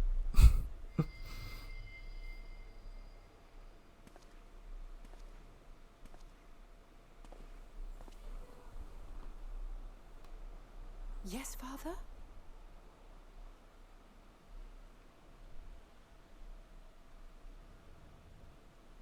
I know not what you seek of Hydaelyn, nor for what purpose you would take command of our ship. Yet this much is certain. To do so will be to dictate the fate of this star and the lives upon it. The lives of each and every creature, in their magnitude and their fragility. Do you understand? And are you prepared? We have seen and we have felt how much each life shapes this world. And so we are determined to abandon none. We understand what is at stake, and we are prepared to bear this burden.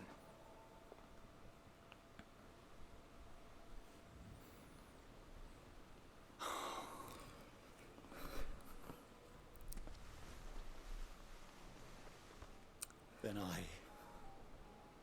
I will bear it with you. I beg you, share your struggles with me. As family. Is Fortuno actually, like, opening up for once?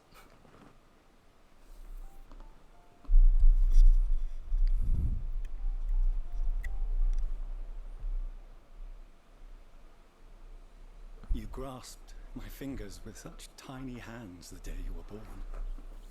I thought my heart might burst. 'Twas love and happiness beyond expression. Overwhelming. And a conviction so powerful that I trembled with something close to rage. I had heard the final days foretold. I swore to myself then and there that I would not let them steal your futures. I knew it was for them. I kind of knew it.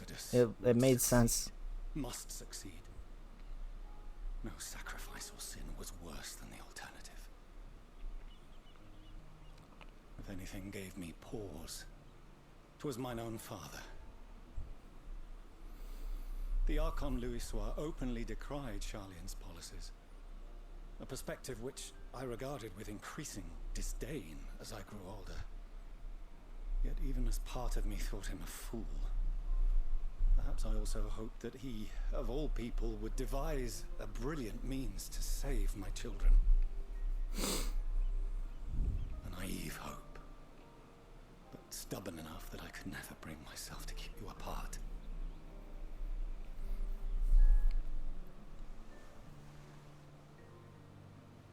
No, that was his doing. when he perished at Cartano. As we pulled that twisted slab of Dalamud from the sea, I remembered the warmth of your newborn touch. Chastened, I vowed never again to suffer any interference in my mission to protect you. No matter that you yourselves wished otherwise. Detest me, fight me tooth and nail, I would suffer it, and more, and be satisfied so long as I could force you onto the ship.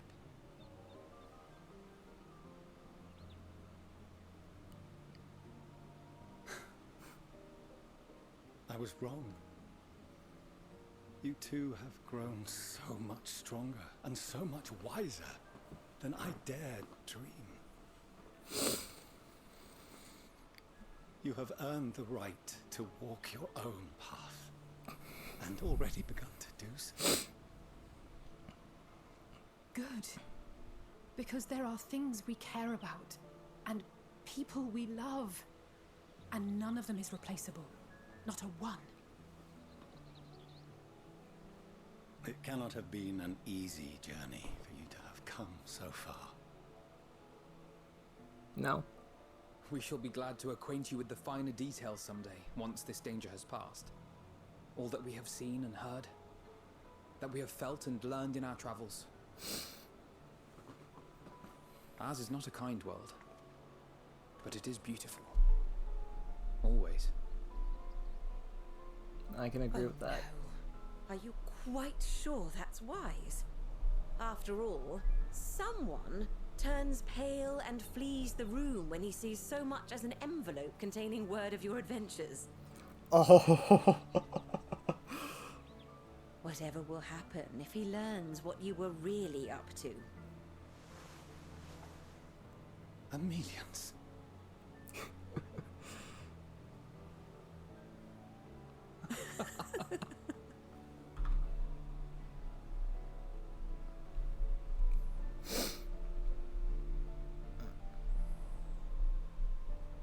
Though I have wronged my children most gravely, I owe you an apology as well. I assumed that it was the Scion's influence that made them so keen to charge headlong into danger. Us? No. Your grandfather? Yes. Yours, in particular. I see now that said influence instead brought them together with the many fine people gathered here today. In which case, I hope you continue to guide them.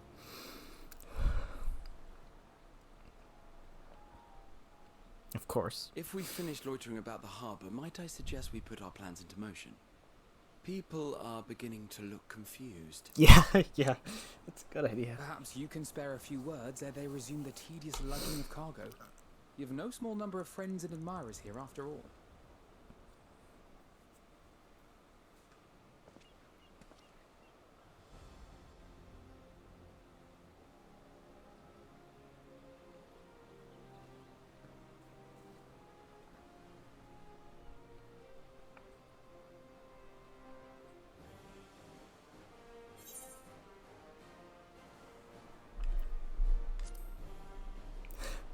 There's nothing I wouldn't say more than that.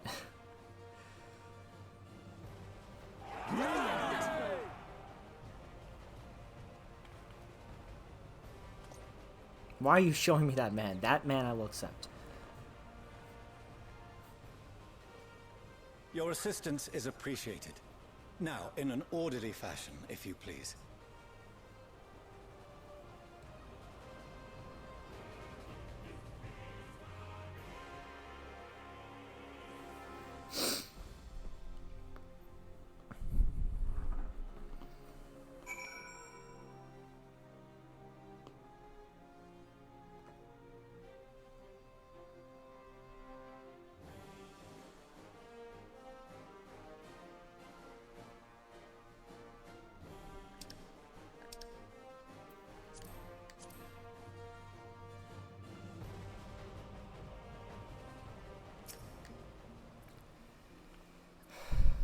We finally managed to clear the harbor, which means that the rest is in the engineer's capable hands. Meanwhile, Father has issued to us an invitation. As was agreed, he will reveal the means by which Heidelin may be contacted.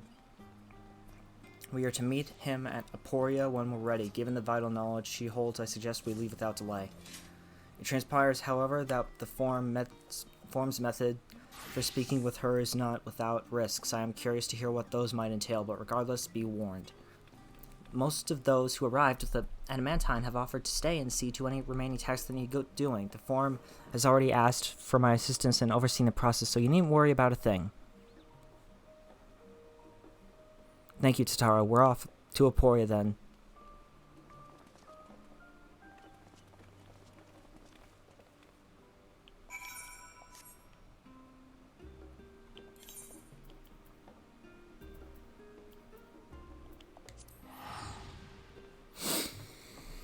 Oh god.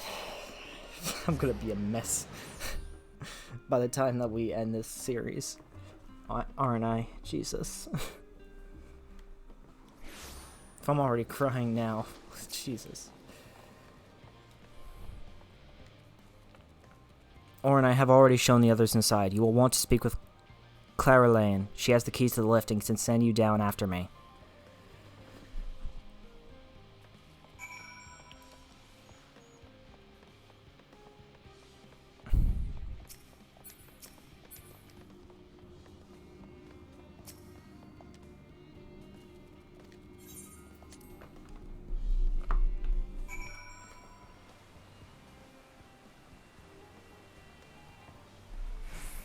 The Central Circuit.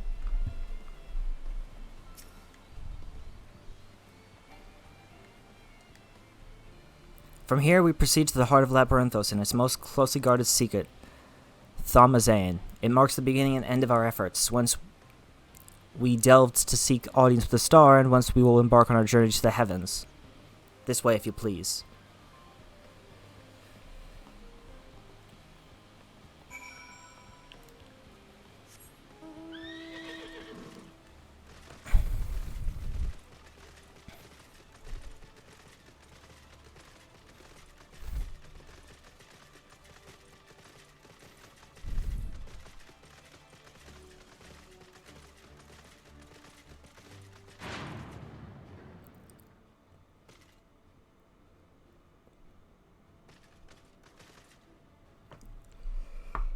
That ship is as Final Fantasy as this game can ever get.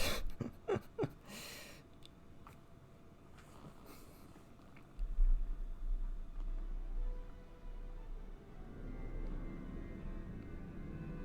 think my own character's in tears looking at it, for God's sakes.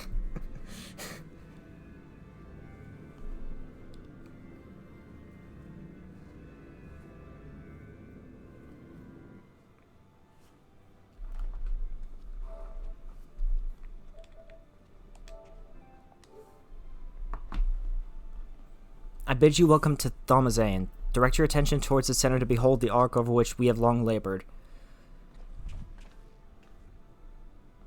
It is a work of genius, I will say. As you can see, 'twas designed as a medium-sized craft, the better to reduce fuel consumption. Miniaturizing magics have been applied to its interior to ensure that the thrust-to-weight ratio does not place too great a limitation on its freight capacity. The ether burner, as you know, has been removed for further modification, but we shall reattach it soon enough. I have received word that Kokol and several of your allies are working on it with an intense fervor. They are sure to see it done. 'Twas by their expertise that many a prior disaster was averted. If anything, I fear they will not afford us much time for speaking with Heidelin ere they finish. Point taken. Let us move on. I must warn you again, however, that even with the benefit of our device, to treat with her is not a simple feat. Why? What's...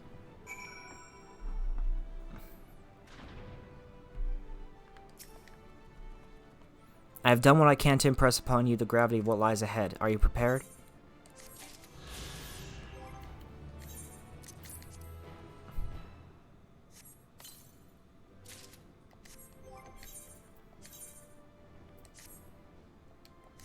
God damn it. Not even towards the end of the game can I ever have a hat. We made it, boys. The first level 89 quest. That's the mother crystal. Oh shit, we're going in. We're going in. We make for the lift at the center of this chamber. Come.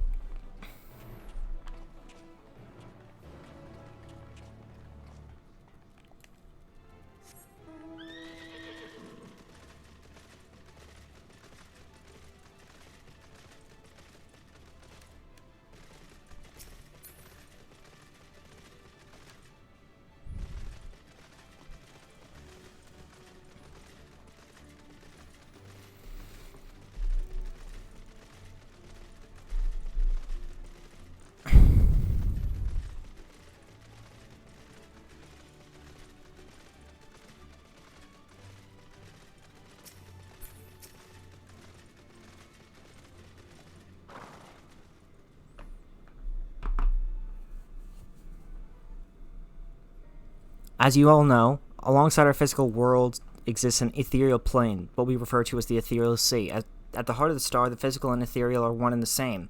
Thus, the deeper we go, the easier it becomes to pass between said planes. We utilize this principle in constructing the anti-tower, and once more, here in Thomazine. No sooner did the Forum decide to withdraw from Eorzea than we began to work on this facility. Our world culminated in a device that allowed us to peer deeper into the ethereal sea than ever before in search of Hyland's ever fainter echoes. The Aisha and you communicate with her through this device. For a time, yes, but since the Seventh Umbral Calamity, it has been rare to hear even a whisper. If you wish to reach her, you must journey closer to the center of the star than we have ever dared, beyond the Aisha. Even so, I make no guarantee that you will find her, nor of your safety, not so deep in the ethereal sea. We understand, but if we are to live with this world, we have no choice but to try.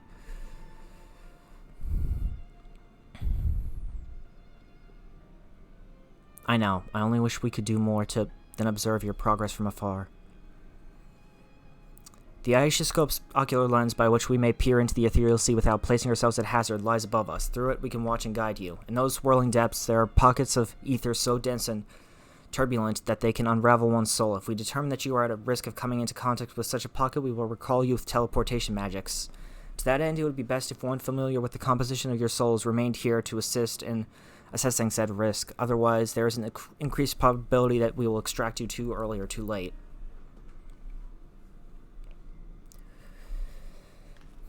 Please allow me. I have thought upon this much, and in truth, I do not believe that I am fit to join you in the trials ahead. The events of the Tower of Babel dreamed me, yes, but even before that, your capabilities far outstripped my own. This is no time to have a weak link in our vanguard, no matter how much she may wish it were otherwise. If I assist in the manner that Master Fortuno has laid out, however, I may still be of use. Will you trust in me to do so?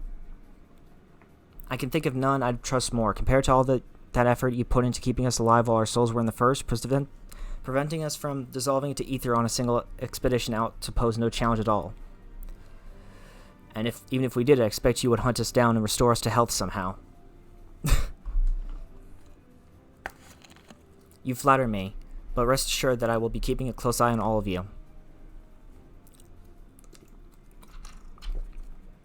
There is one more thing. Those in ages past refer to the ethereal sea as the underworld, our final resting place. In its embrace is memories washed away, leaving only the purity of one's soul, or so we believe. Yet what are these memories? Few think to ask what becomes of them, cast adrift on ethereal tides. Some theorize they linger for some time, those associated with strong sentiment in particular. Underworld, huh? I'm gonna guess that's kind of a reference to Pandemonium.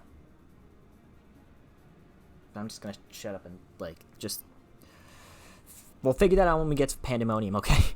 In those depths, memories that departed may even coalesce around you, for hatred or for love. Thus do I caution you to be wary, but also to have faith. Remember those who did gladly extend a hand to you, that they may lift you up once more. Got it.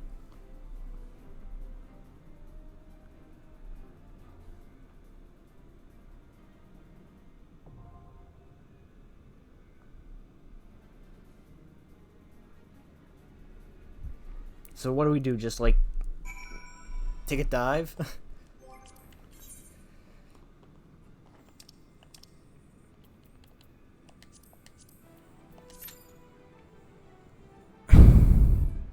Bro, 16 minutes, my ass. There is no fucking way that's 16 minutes. This is a brand new dungeon. Come on. I expect more out of you, people.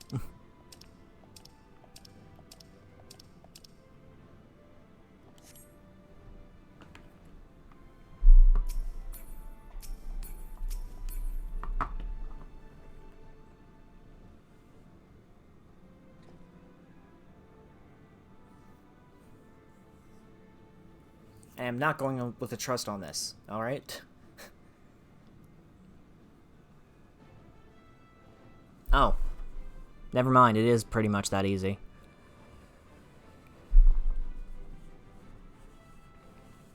Just need a single healer.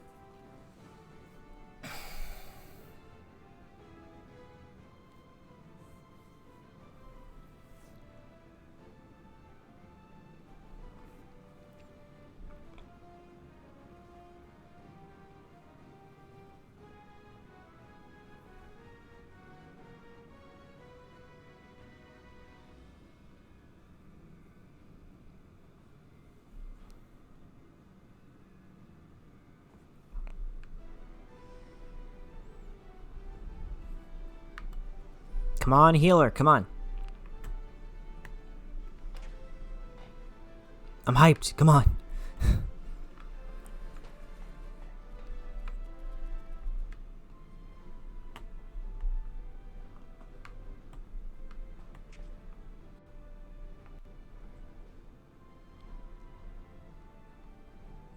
I just have to say, this is totally something right out of Final Fantasy.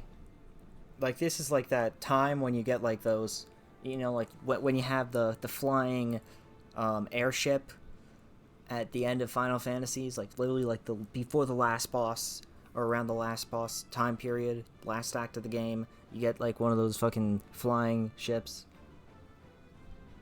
That happens from 7 through 10. This is that. This is that. This is our version of that.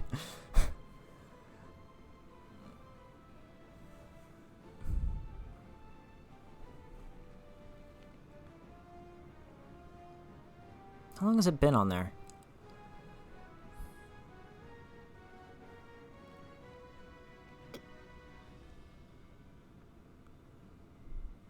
Come on, healer, come on.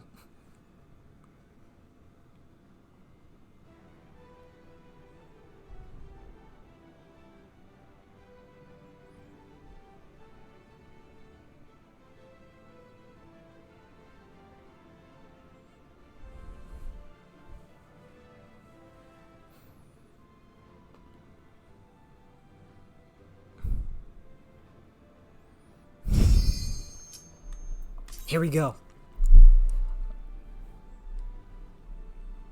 Oh my god, this has to be that one dungeon that we saw that was all like crystals and shit in the trailer. I bet that's what this is. Because I haven't seen that yet.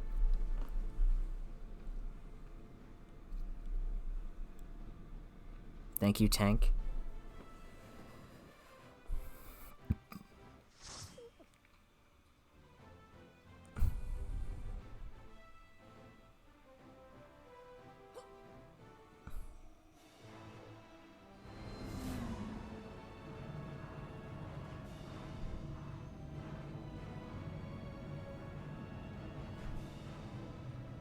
Elevator going down. It literally has the dinging of one too.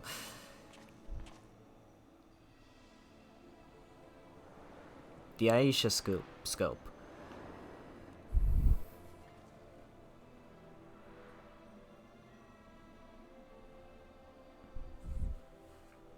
I have a feeling that the crystal's place is here. All seems in order with the lens. And I trust you can hear me? Those things are pure malcontent. The residue of lives unfulfilled. Oh shit. Oh shit, okay, we're pulling tanks. Okay, we're pulling here. I didn't expect that here, but okay. I thought that they were bosses. Well, I guess they kind of are, but you know.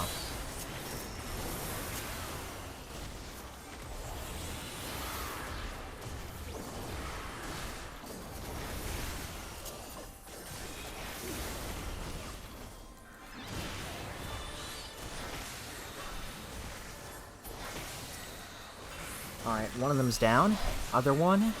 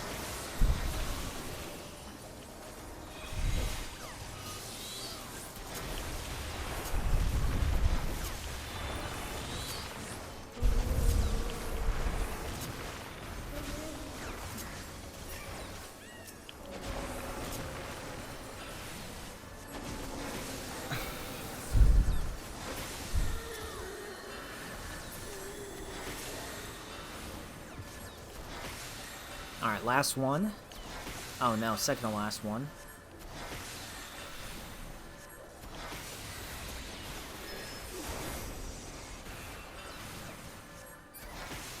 Now it's officially the last one. This area is done for. Okay, yeah, I can see ahead of us. Yeah, this is definitely the place.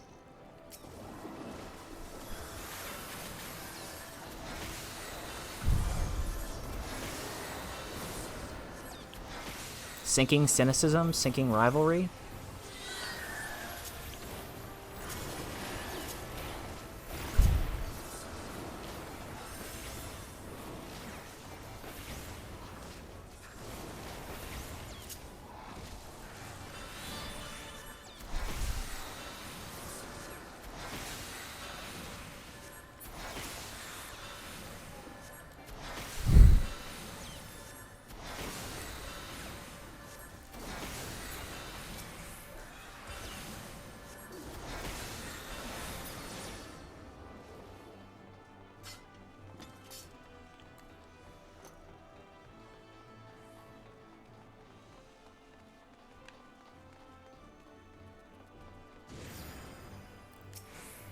Ilberd the Unreal... Ilberd? Wait.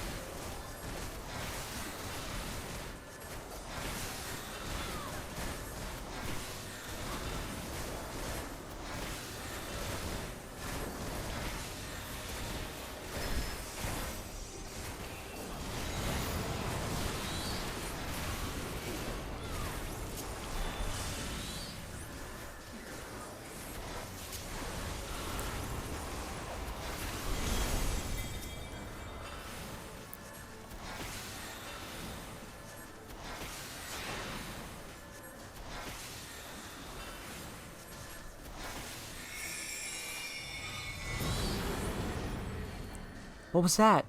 Scion's memory?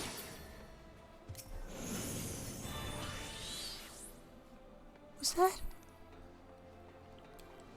Was that Papalymo?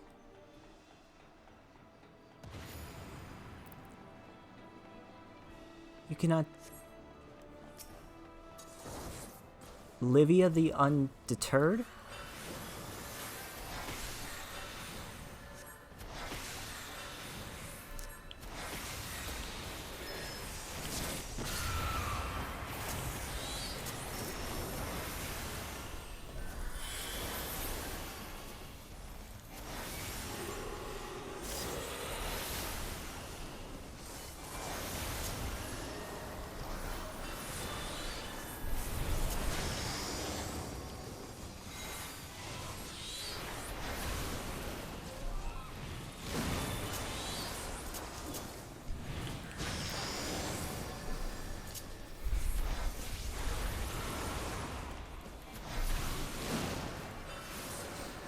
No, that had to be Papalymo.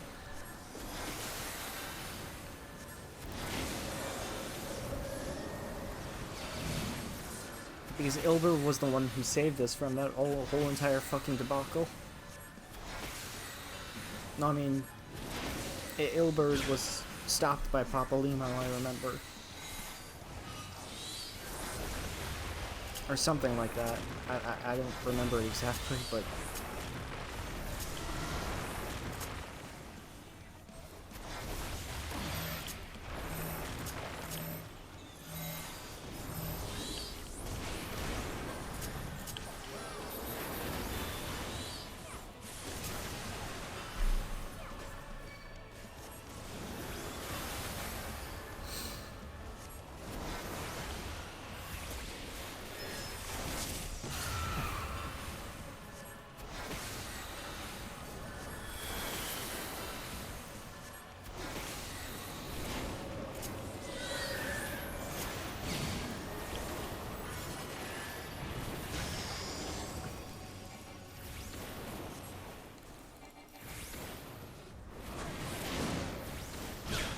Ah, shit.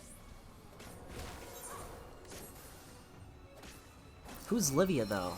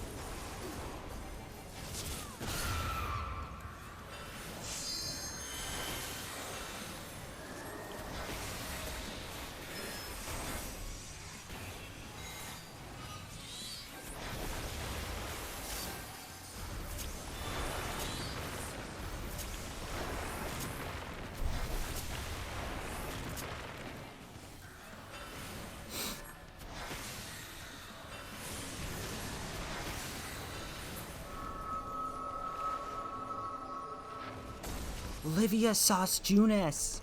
Oh my god! It will guide you. The ether is too dense. Ah, I'm losing you. Oh, it's Kryl, okay.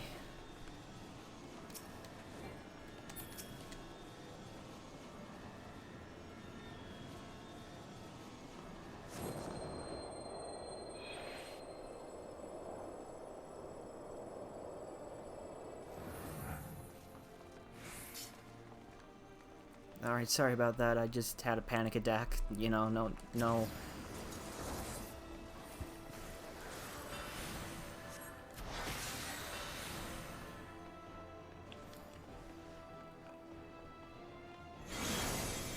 No worries.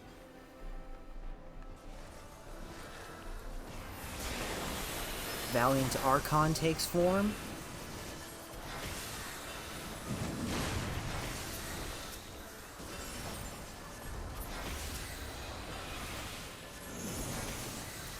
Wait.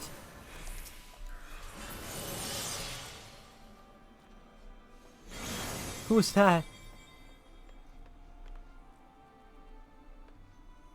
Kind-hearted.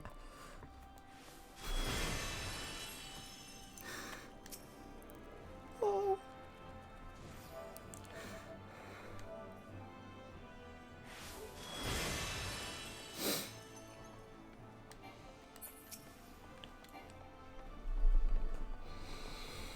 Stop it, game.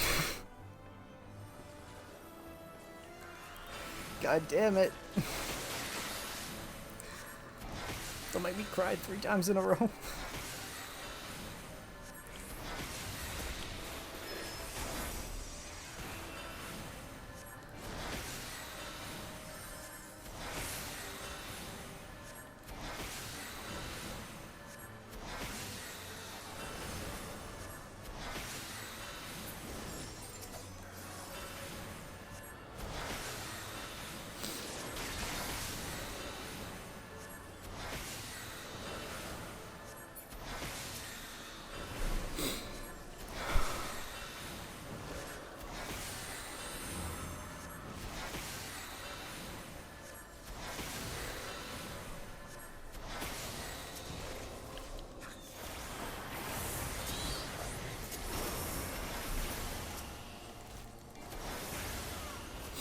I have never felt so fulfilled to receive a buff in this entire game. Like just that, like that one did right there.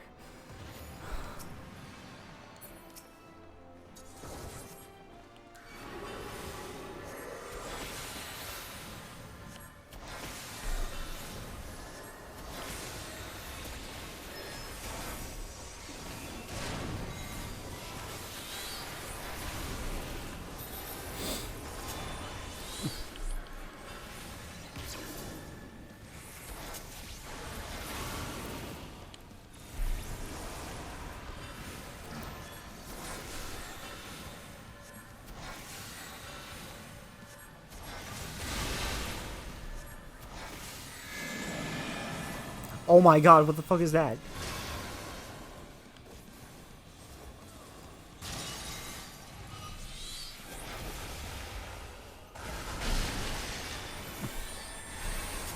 Shit, I wasn't able to make it in time.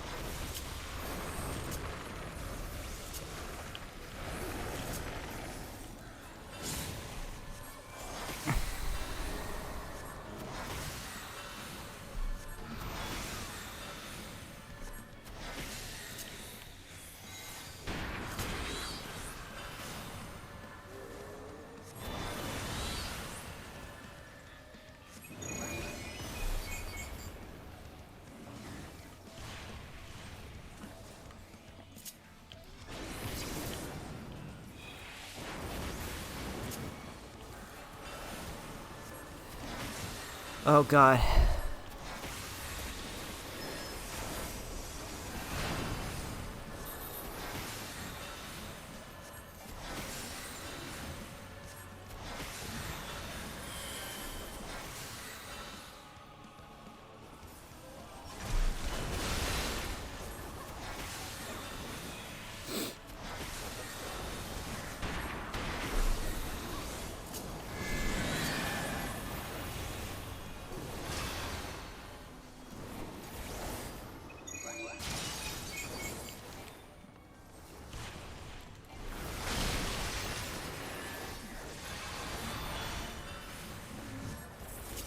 Thank god I found it at the last moment. Oh my god.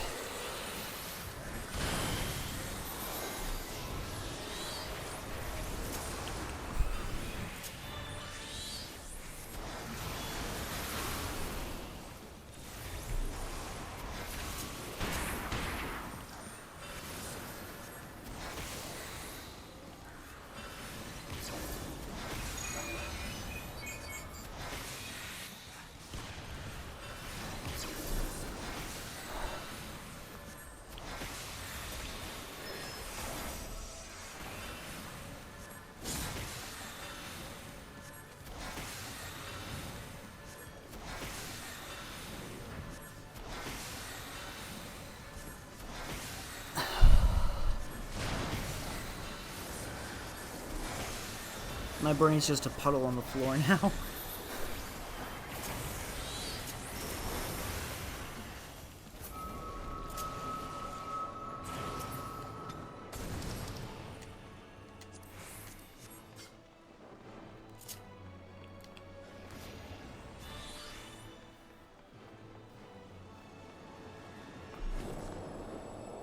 Oh.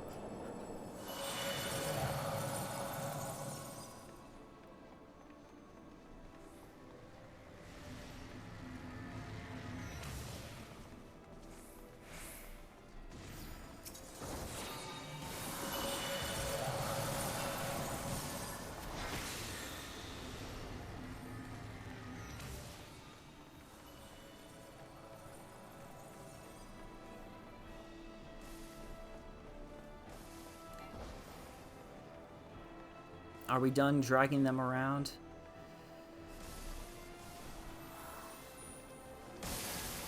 I guess we are.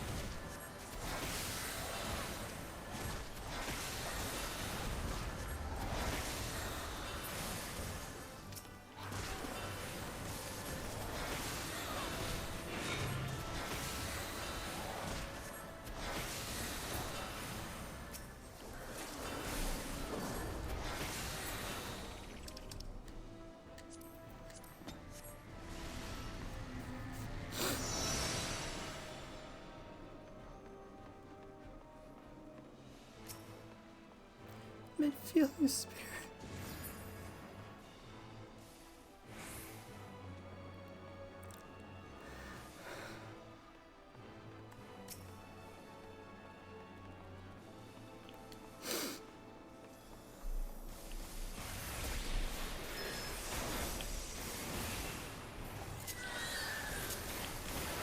He just casually walks by.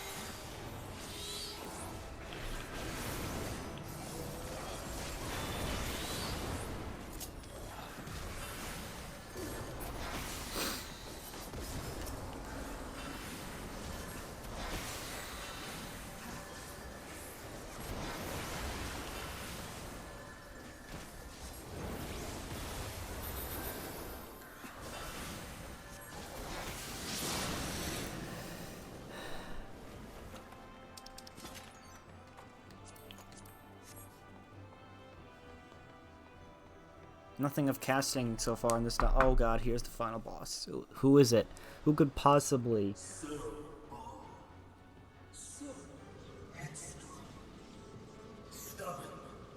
God damn it, you again. Do I have to beat your ass the third time for you to get the idea? Is as far as you go. Oblivion beckons!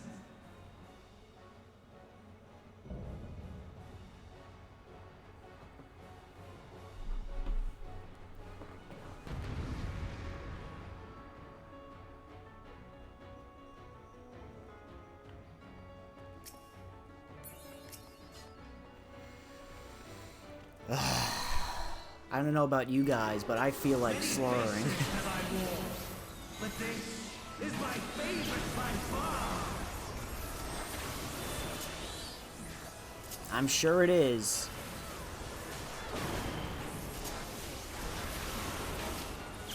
You will persist in this folly no longer.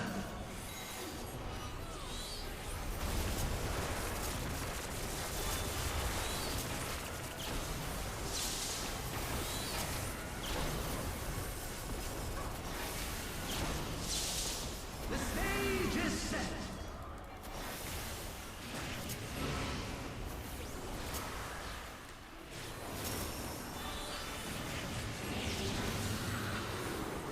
What the fuck is he doing?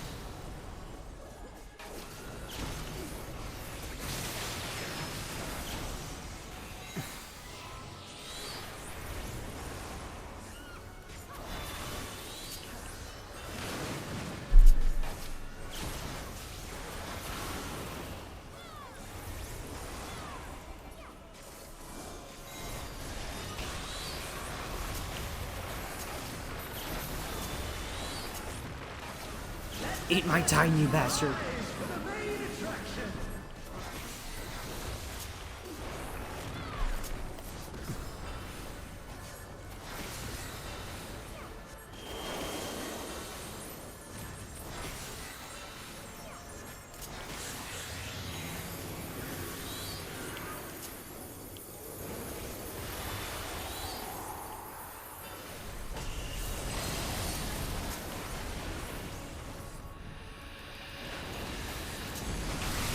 Oh shit. I probably should have been behind there.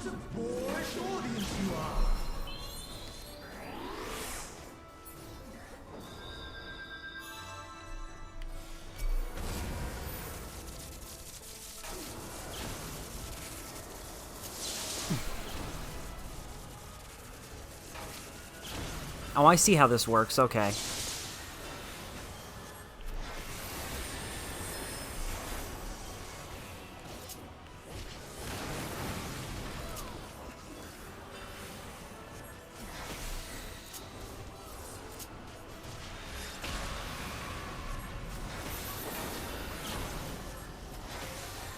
And I can't summon Bahamut anymore? Okay, oh, right.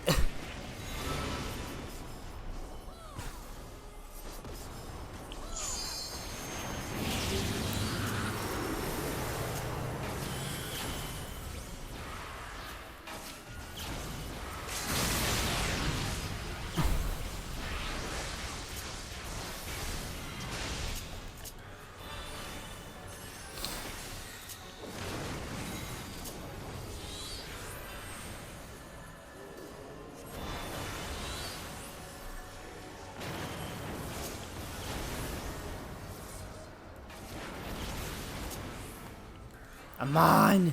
You bastard, I'm gonna kill you. I don't care what your name is. Hades. Or, no, I'm sorry. Hermes. Amon.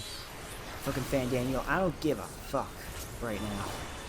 I want you dead for all you've done.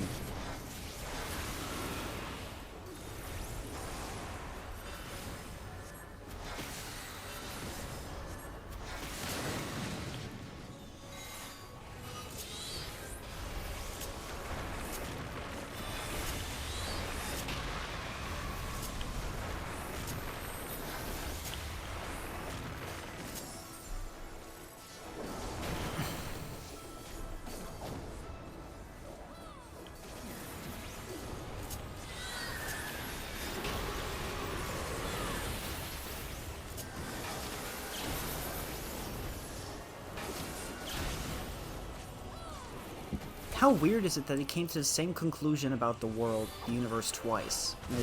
In his 2 lifetimes, came to the same conclusion.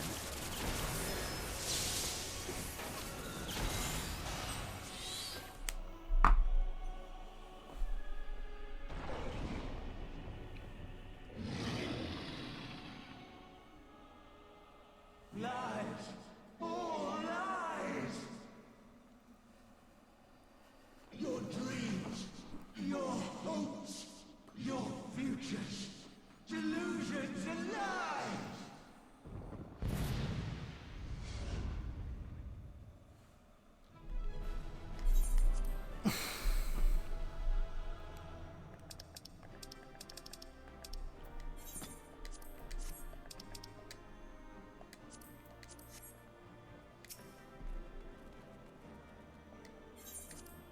Wow, that dungeon gave me nothing.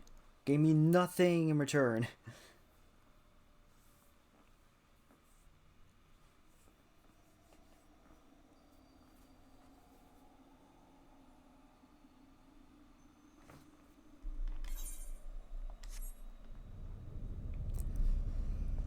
So what next? Oh.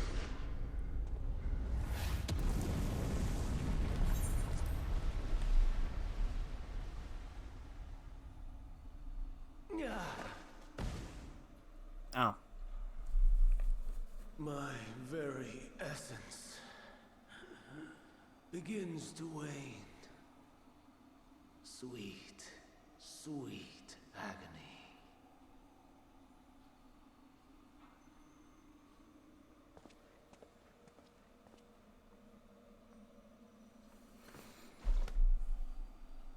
Leave this to him.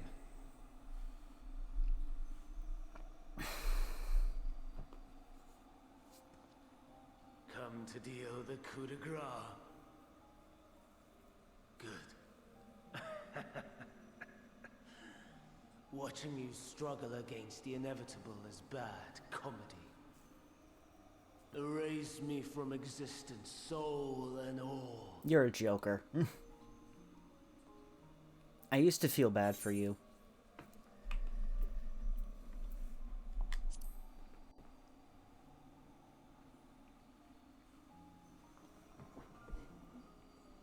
How would you know that name?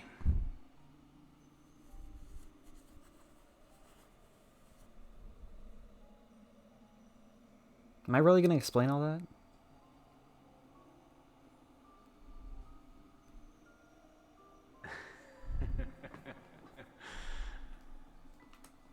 Then it was you.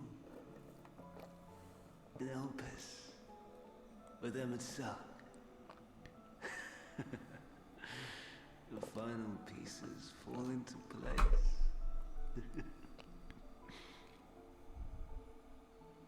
And yet you still do the things you do. In my halcyon days, as the mortal Ammon, I was haunted by a dream. Night after night, the faceless multitude, the voiceless cries, shards of shattered memories. Yeah, we all know about those. But slowly, the fog began to clear. This was Elpis. And I was Hermes. Recurring though it was, I paid this dream little heed. It was only when I was granted the seat and memories of Fandaniel that I knew these visions to be true. Great. They were the memories of Hermes that he himself erased using the power of Kairos. I mean, you had them from the beginning? Or so he thought. In his attempt to burn away the events of that fateful day, he succeeded only in searing them more deeply into his soul. My soul. Great. Death failed to expunge them. No matter how many times it came. Rebirth after rebirth, from one Fandaniel to the next. I wonder, is Emmett Selk adrift somewhere in this ethereal sea? In defeat, finally remembering your time together in Elpis? How it must gall him to be entrusted with knowledge of the final days, only to be rendered powerless to act upon it. So many lifetimes dedicated to restoring his beloved Amarok in blissful ignorance. Oh, folly. Now that I think about it, he probably remembers that. But make no mistake. My life as Hermes is not the reason I invited the world's end. Really? Because it sounds like the only reason I would say. I have struggled. I have dredged the very depths of despair. And in the detritus of existence, I found the truth. I served a great ruler, powerful beyond measure. The world, his dominion. Yet even he and his vast empire were destined to fall, to become one with oblivion. At the end of life's journey lies only death.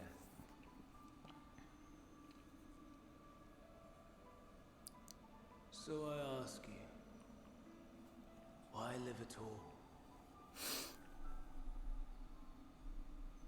We betray, we torment, we murder. We are wicked, spiteful creatures, without exception. But life is so sacred, so precious. Why fill it with such misery? I've heard such arguments before. Man wallows in a hell of his own making without purpose or meaning. To live is to suffer, and I would end that suffering by my own hand. It matters not if it flies in the face of all believed right and just. Death is the only solution.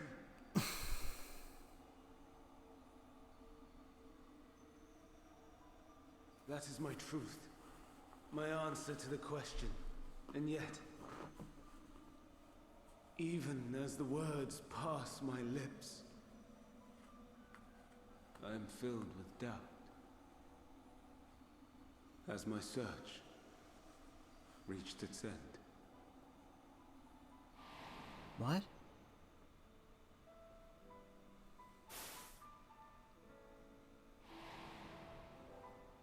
Was this the only way?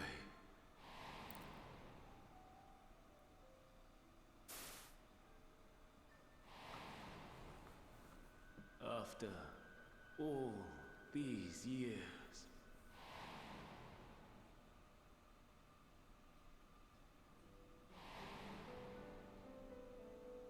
Is this the answer I was hoping for?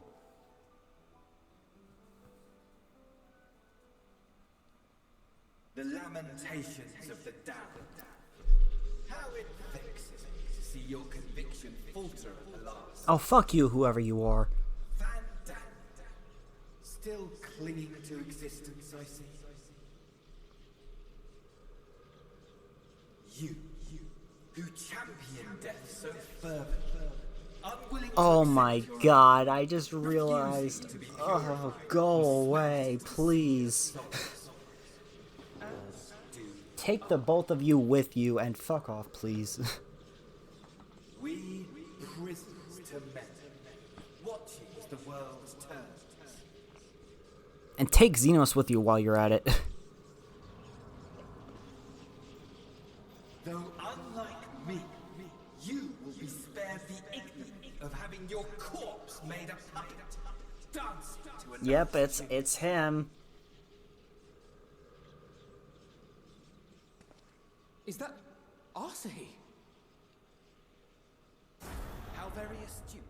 But let me be clear, I have not come to consort with the likes of you.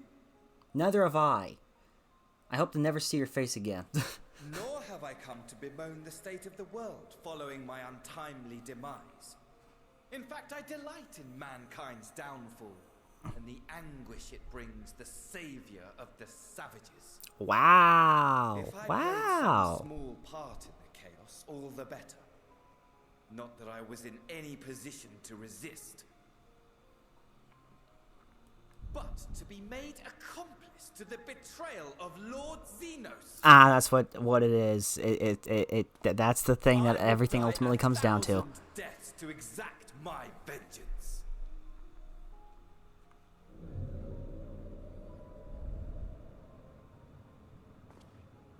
Now you are at my mercy. I shall drag us both into oblivion, and you will never see the fulfillment of your magnum opus. Even should you be reborn, your desperate search for answers must start again.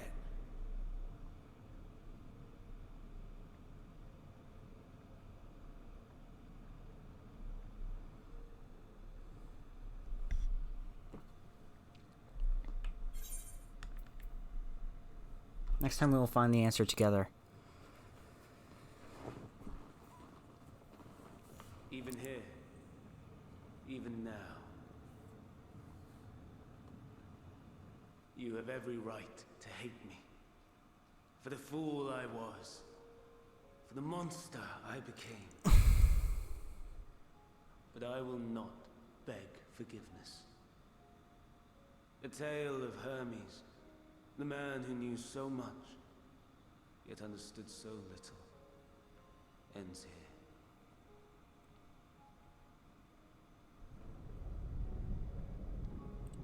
Bye-bye.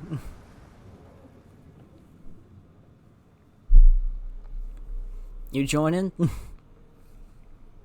Don't try to follow me. I had more of you people than I could stomach in life. Never mind in death. Likewise. I pray we don't meet again.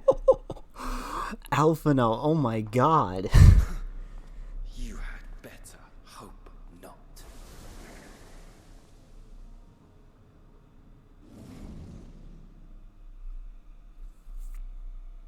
I didn't expect that, but jeez, I mean, he deserves it. What he did to his sister, never gonna forgive that fucker. Never. It's gonna take a lot more than what he just did to make up for all that shit. Idolin is waiting. But we got bigger things to fry, so enough about that.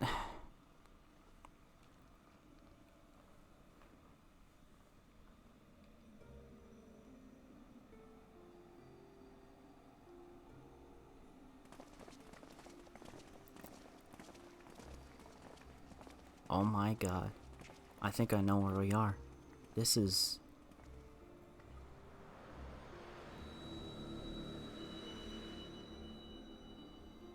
Oh my god. We're here. Brave travelers, I welcome you.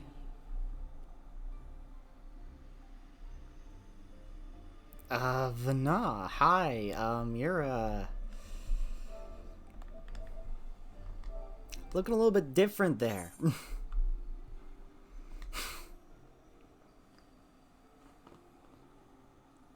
To say the least.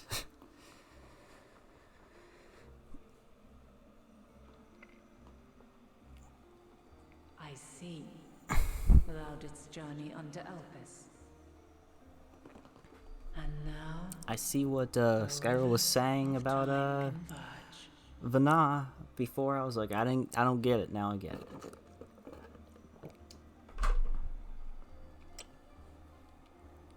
I know why you have come.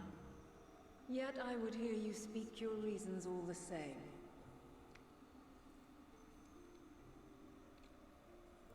You created the moon to deliver mankind from the final days. But is that really how it has to end? We do not wish to abandon this world. We want to protect the source and all of its shards. To flee is but one of two paths. Right, we know that. The other leadeth to Meteon, far beyond the stars, where she doth chant creation's requiem. Which we know that you have.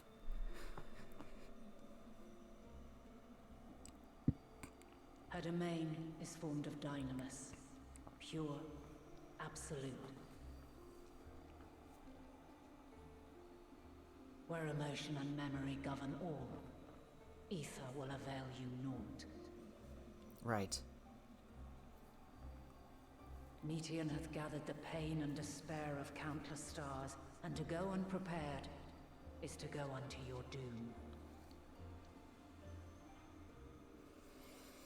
We'll beat her. We'll win. I swear it. Is what I might have said once. After everything I've seen, all the times I've succumbed to my own anger and fear. I can no longer pretend that courage and faith will be enough. But are we truly so powerless? That our only choice is to flee? Far from it, my child.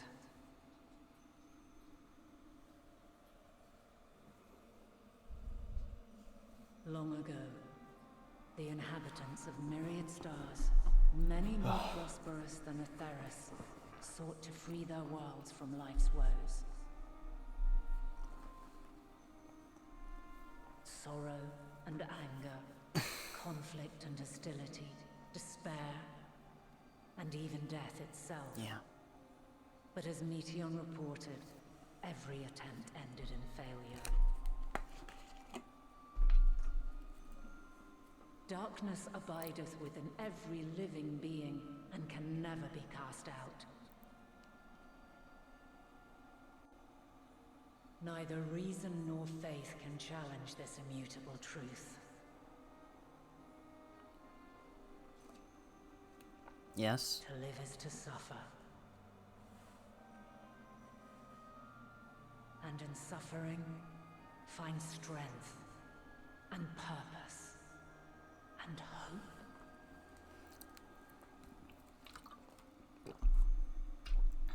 As you have done so many times before.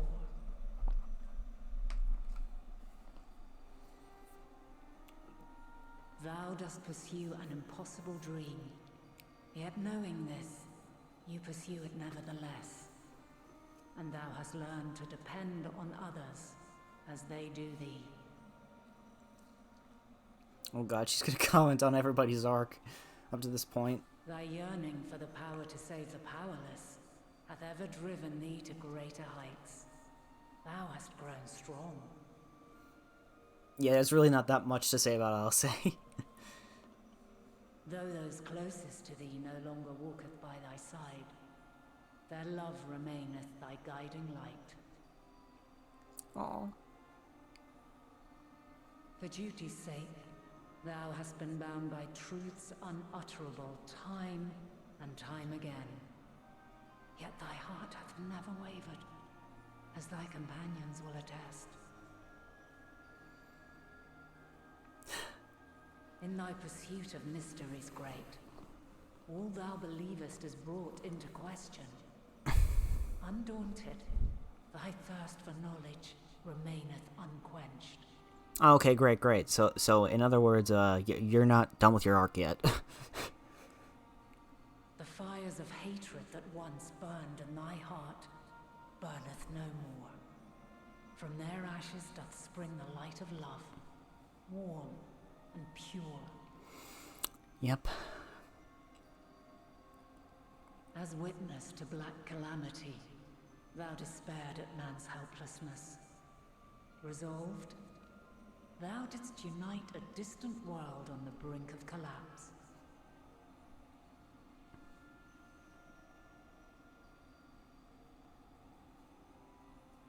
And thou, my champion, when all did seem lost, thou never abandoned hope. For every trial and every foe that did bar thy way, thou hast proven equal to the challenge, drawing courage from the many bonds forged on thy journey. You have all known despair, and though the end approacheth, you walk on, heads held high. Therein lieth your power, the strength to silence the song of oblivion.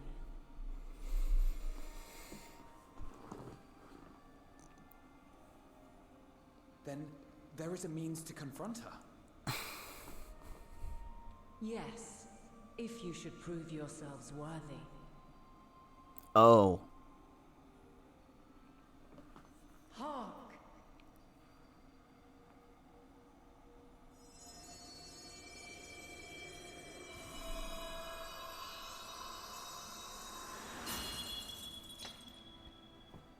Nigh impossible is it to send mortals to the edge of the universe. Should you fail, there will be no second chance. As the will of the star, I ask of you this. Do you possess the fortitude to stand firm when all around you doth crumble? Do you possess the faith to vanquish despair itself? Should you lack the strength to best a supreme deity, I cannot allow you to make the journey. She's the final you must test. Leave this star and never return.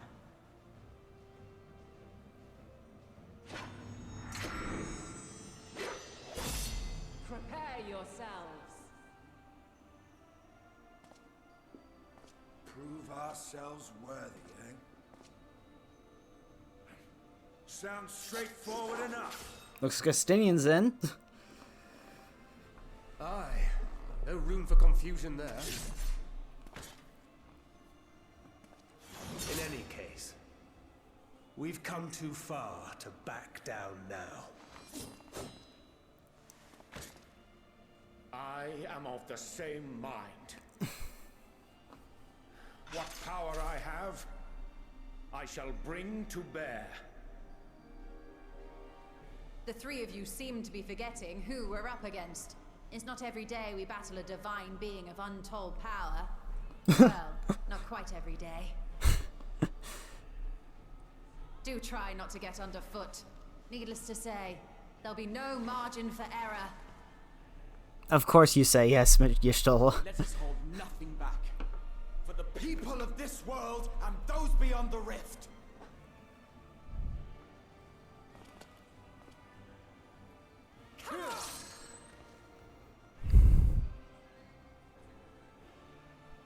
Alas, question I posed to thee in Elpis hath remained unanswered these long years. Oh god, I forgot what that question was. Shit. I would hear thy response, warrior of light.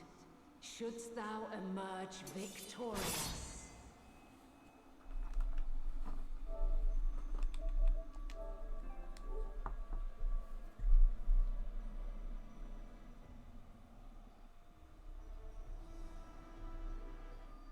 The Mother Crystal.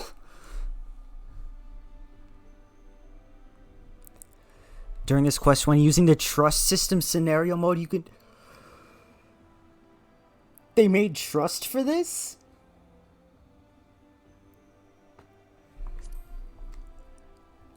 Fuck other people.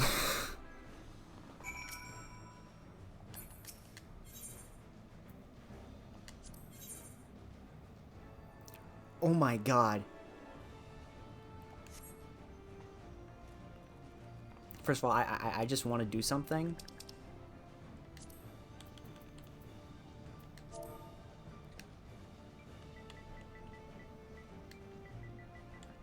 I never really do this, but, you know, this is a crazy moment, so...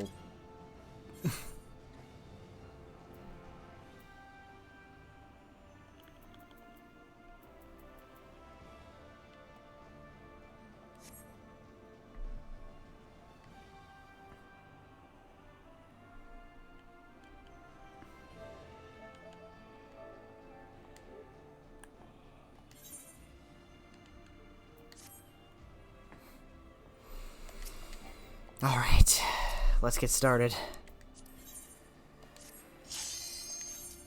I'm taking a risk here. I know we're over time, but this is... you think I'm gonna end it here, really?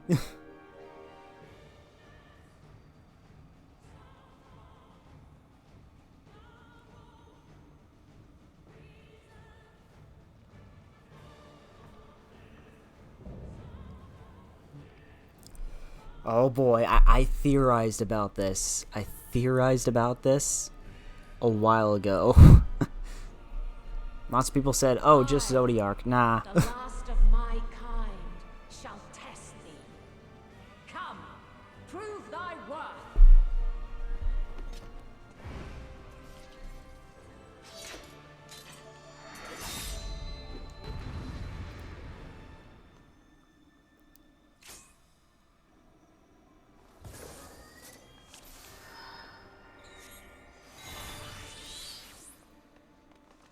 Alright, boys. This is... Oh, okay. I don't even get to make a speech. This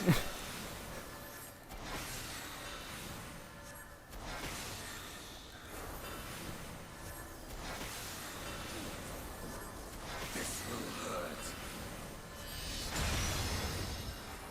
A change of arms. May the test continue. You underestimate me. Change of arms. What? I can't see. I don't know what your new arms are. We're near or far.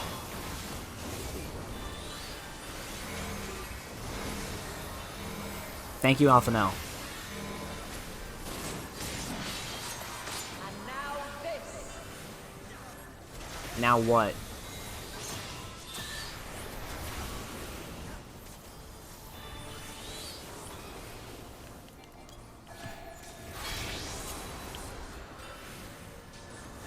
Light unyielding.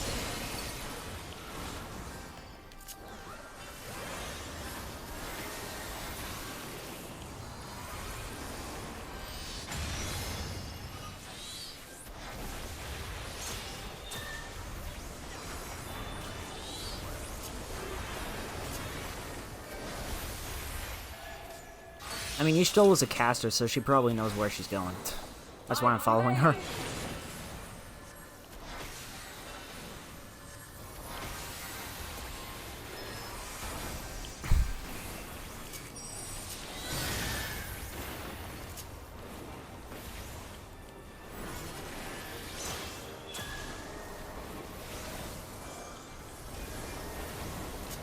Doing good so far.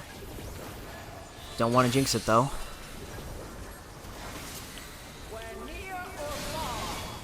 Oh my god. You survived the attack by strength of will?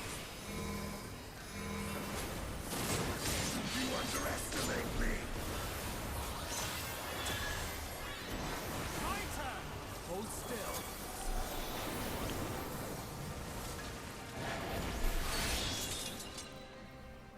Where are we going? By blade! You cannot stop us. Crystals of light, to me!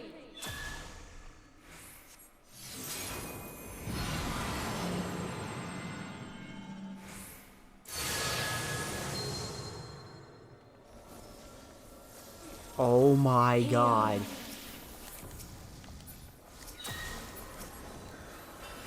The song of creation's end.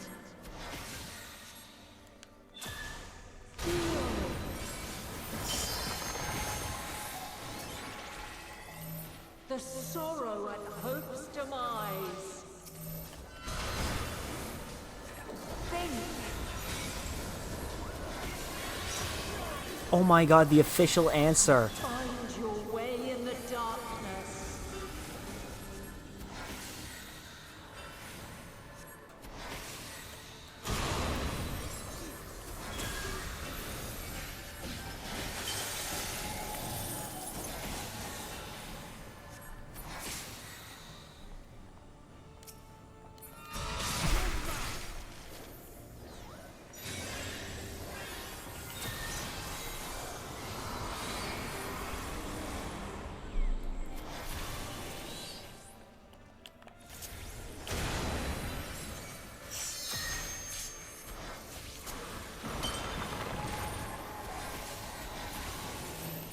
Oh, wrong one.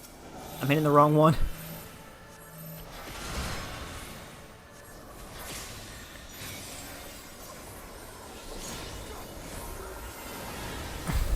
Follow your light. Or fly, my children, and never look back.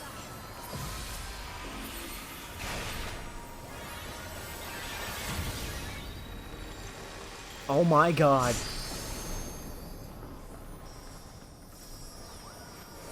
Then you are resolved. Something special. This test is far from over. By crystal light. Allow me.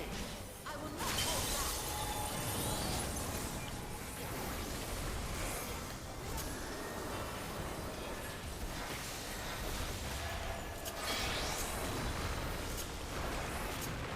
Light unyielding.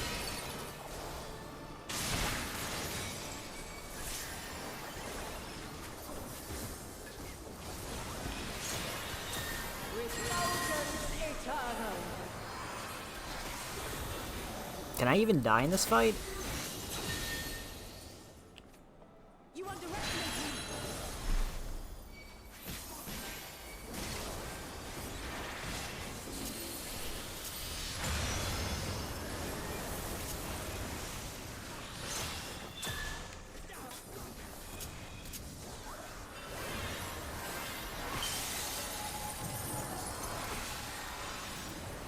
You cannot stop us.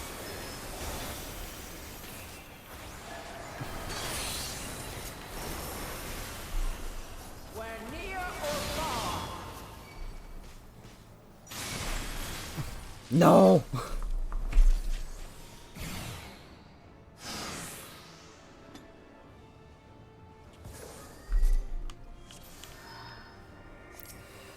Alright. Round 2. Have you the strength of will to alter man's fate?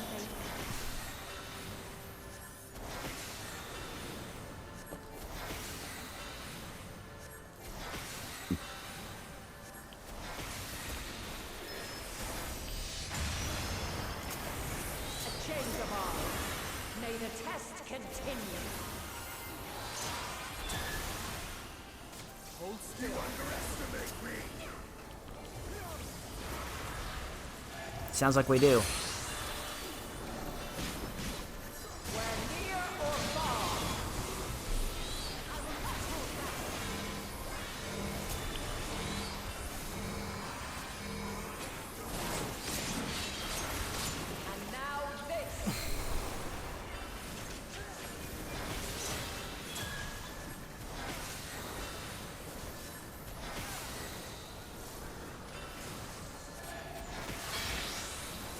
think lore-wise it's also a good idea to follow Y'shtola, because,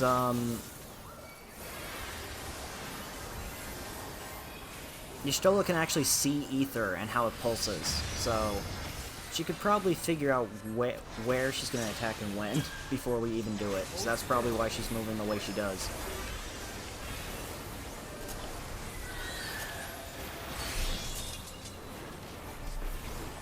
By blade!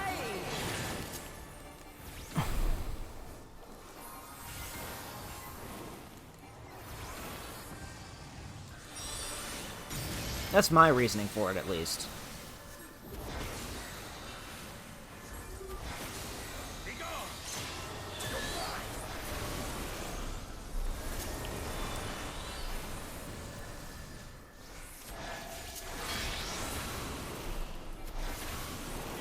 Light unyielding.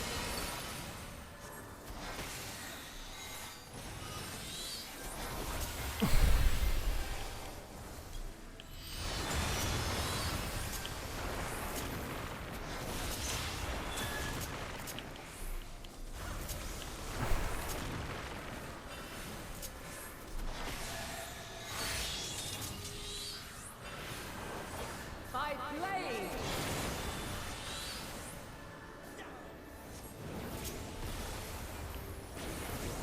Crystals of light, to me!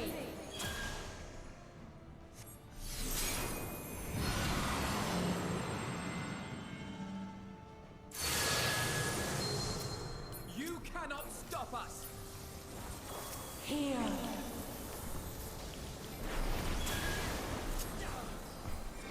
The soul of creation's end! Feel!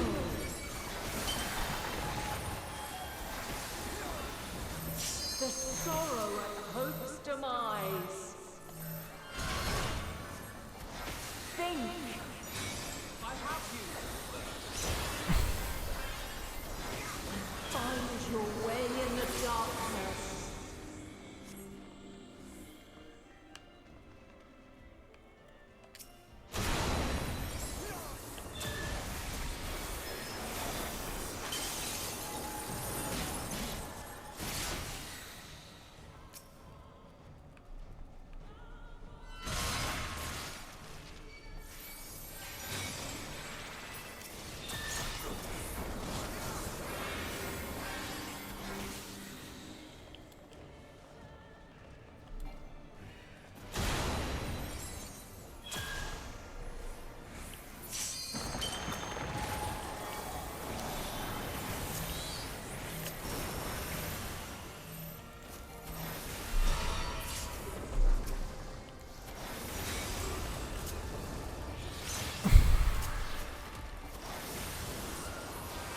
Follow your light! Or fly, my children, and never look back!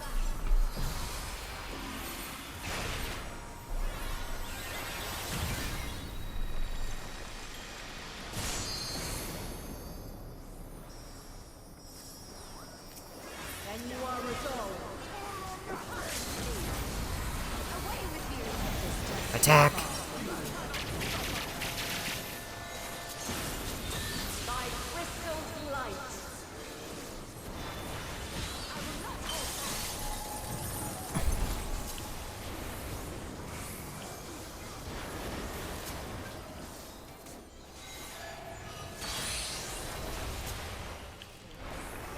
Where near or far! Prepare yourself!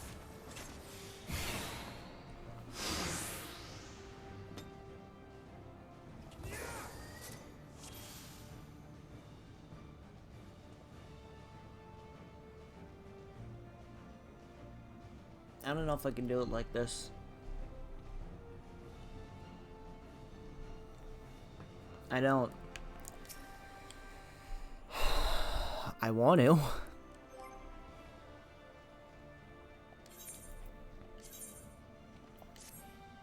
Oh, well, it would help if I had the best bracelets for the job, Jesus.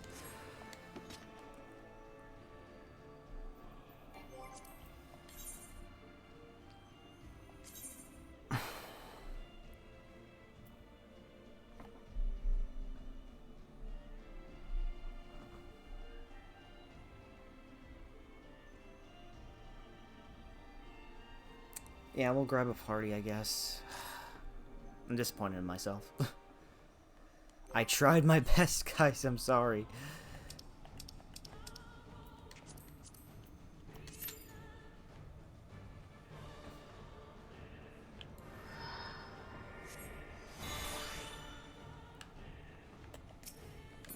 I mean, hey, I got pretty far, though. You gotta consider that. Way farther than I thought I would.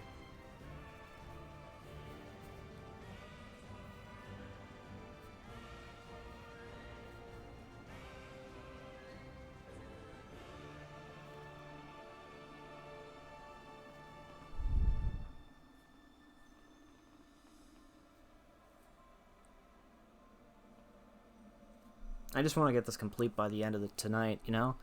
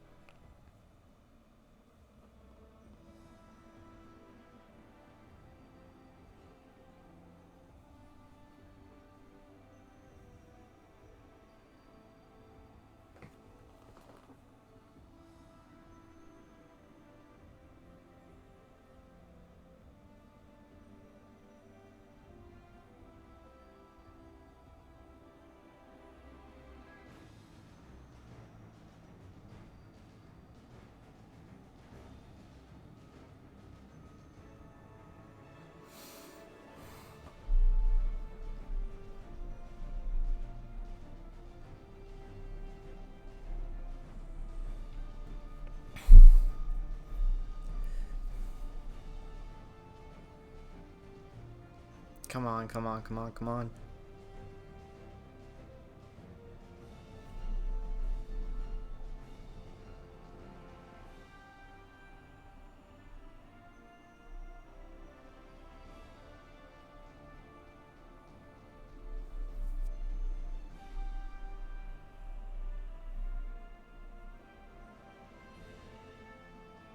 Actually, I'd say it'd be more challenging to do it with a party, actually, now I think about it.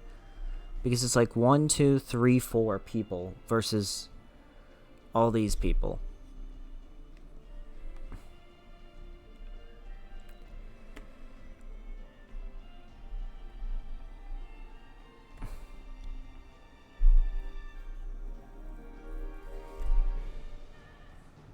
Oh well, if I can get somebody to do it with me, then that's fine. If not, I guess I'll have to wing it and do it this way.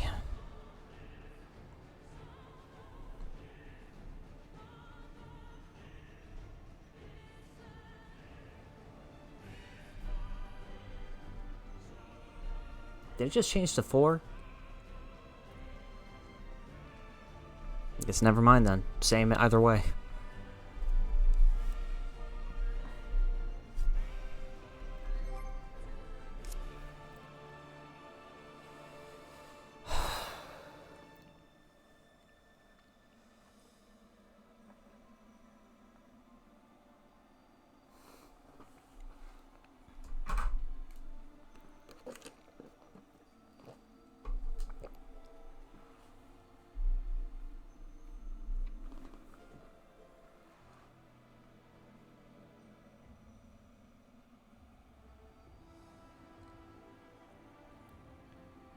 Okay, if we get to the 6-minute mark and I'm not queued in already,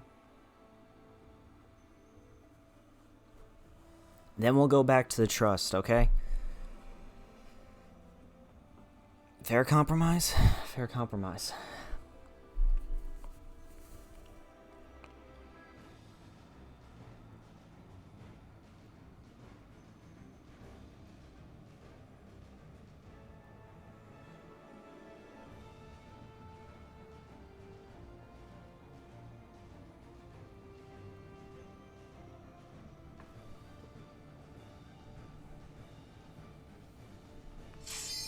Oh, here we go. Oh, wait a minute, no. That is not what I'm still queued up for that shit? Oh god, that just screwed me over. Yeah.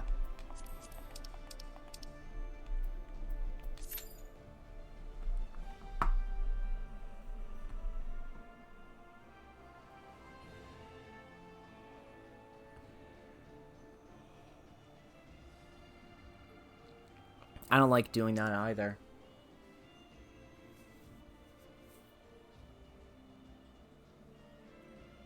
I just had no idea that that's what I was queued for, too. God, it's starting to sweat in here.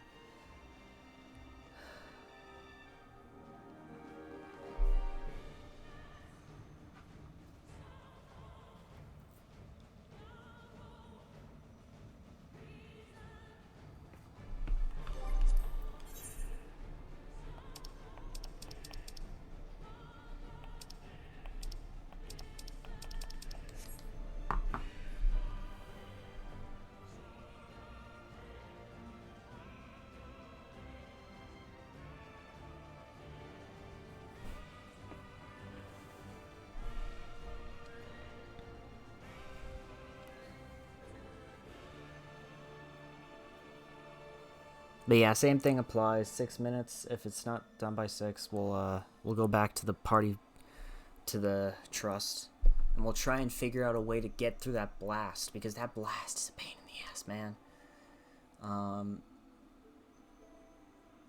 I just can't figure out how to get past it. I mean, I think a part of it has to do with the fact that I stop casting whatever I'm casting whenever it's happening so I can move out of the way. When I should be casting while that's happening, because I believe that the trust works in a way where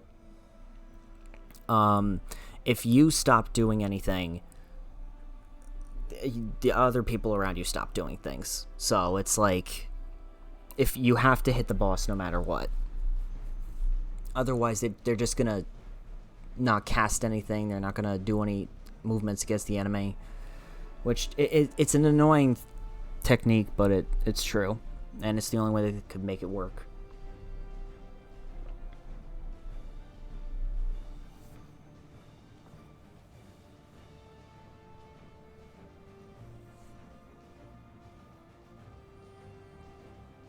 Also, by the way, we're almost at level 90 already. Can we talk about that?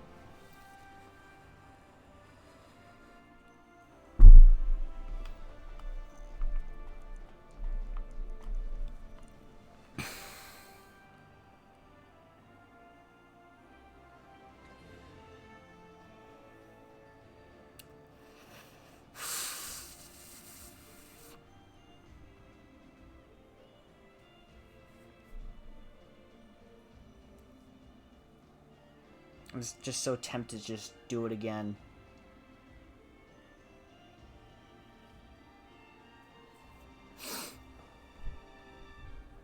I think too many people are using the trust system for this.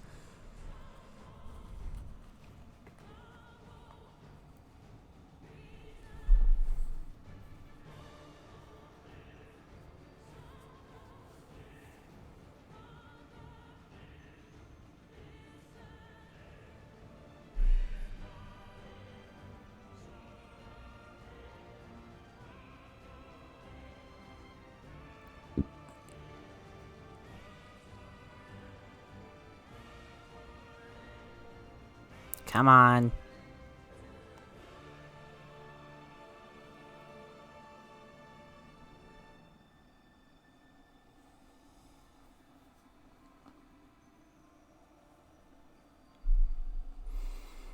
It's got to be somebody who can't do the trust system.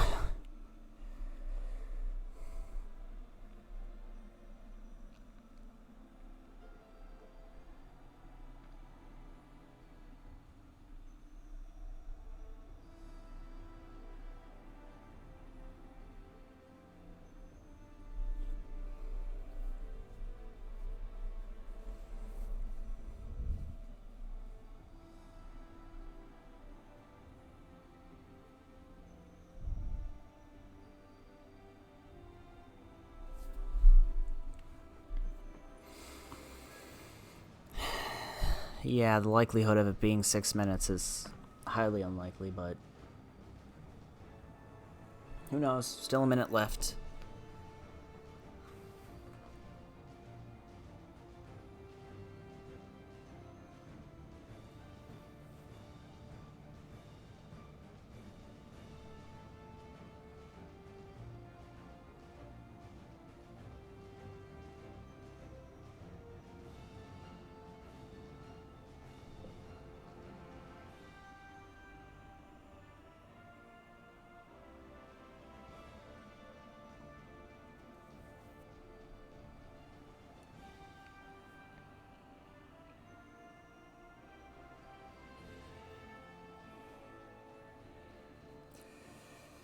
Okay.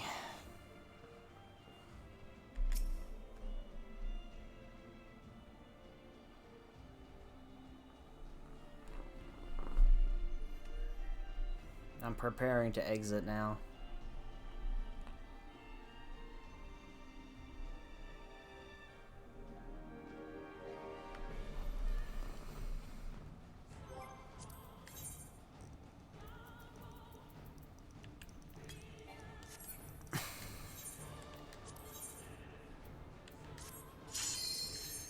Here we go again.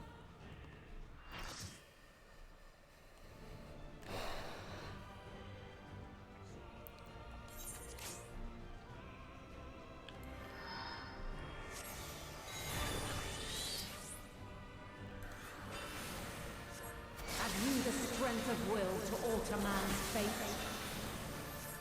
Hold still.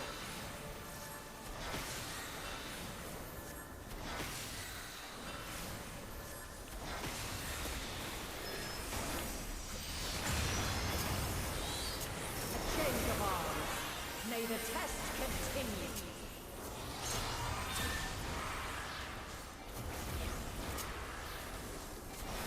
Make ready.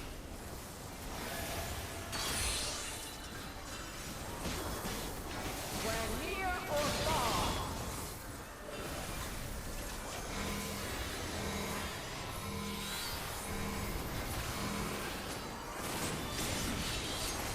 And now this. Make ready.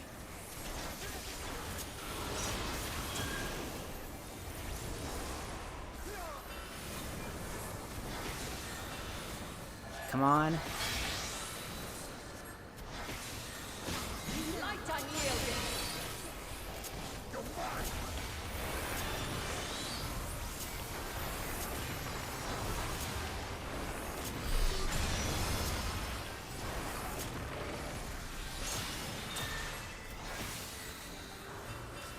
My turn.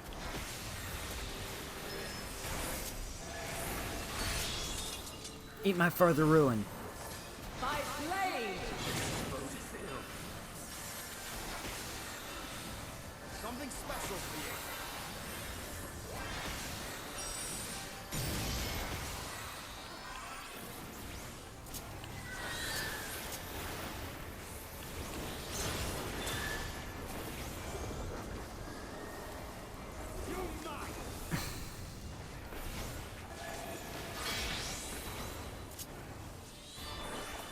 Light unyielding. Come on, we're almost done. At least with this part.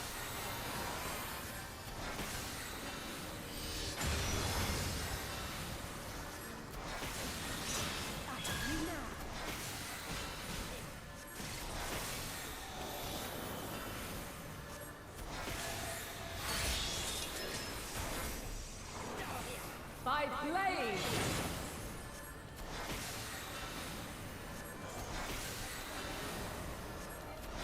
Crystals of light. To me.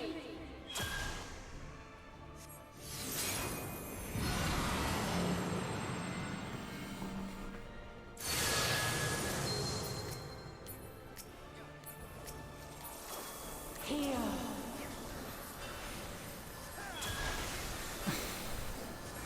The song of creation's end. Feel.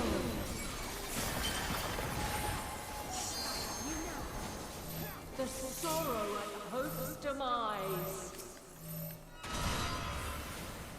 Think. Come on. Find your way in the darkness.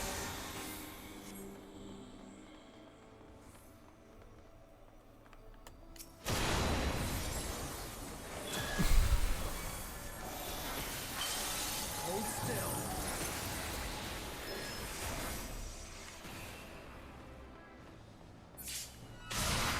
Hold still.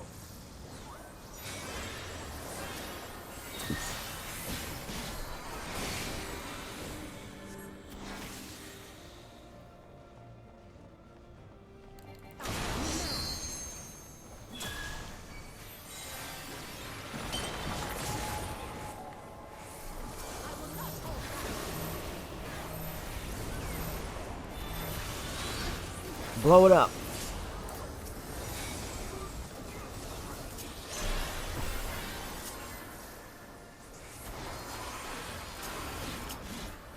Follow your light. Or fly, my children, and never look back.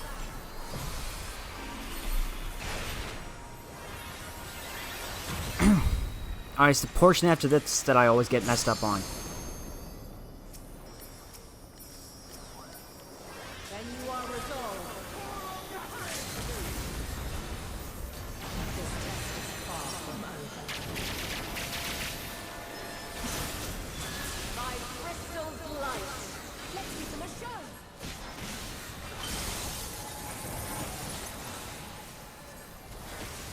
You know.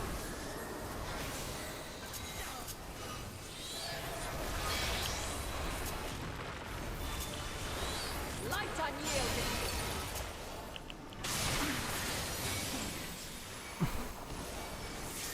Yes, I lived. Oh god, you stole a...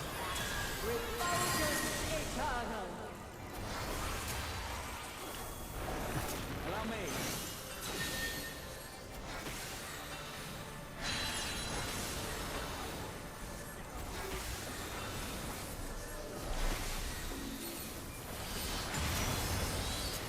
Allow me.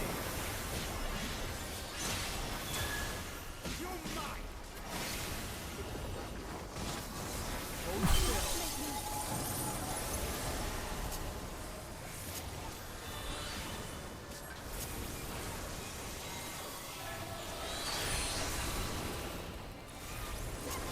When near or far.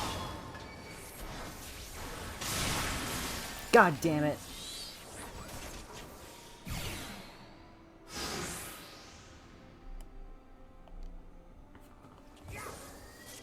It's getting later and later.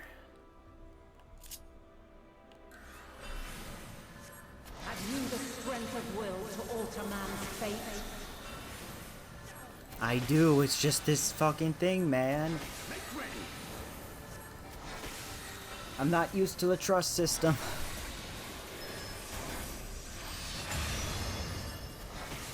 A change of arms. May the test continue.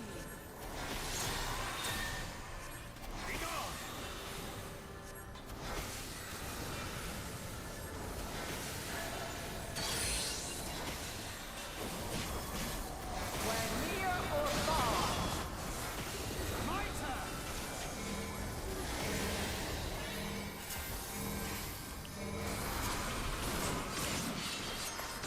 And now this. I don't even have my pet out, I just realized.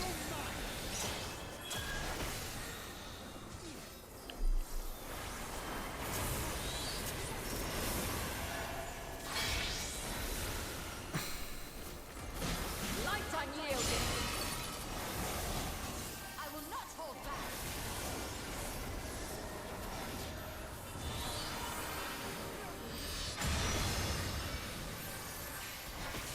Okay, come on. I've had enough of this already.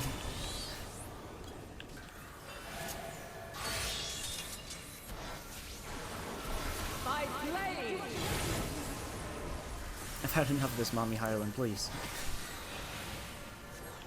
Can we just talk about this?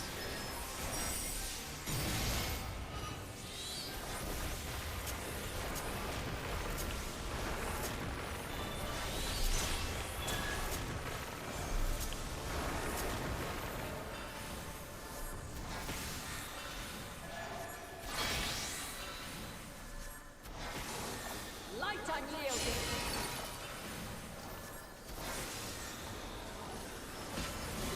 Something special here.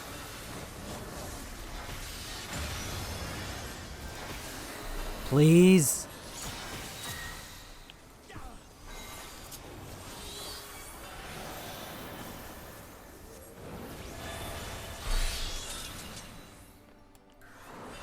By blade.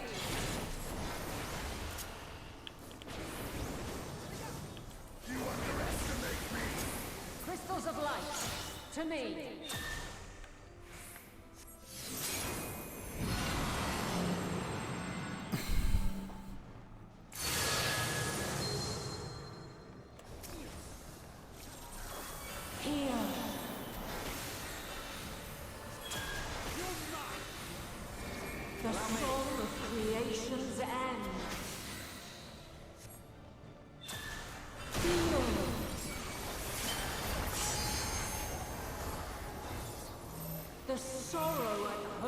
demise.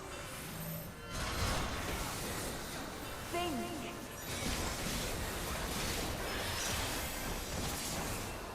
And find your way in the darkness.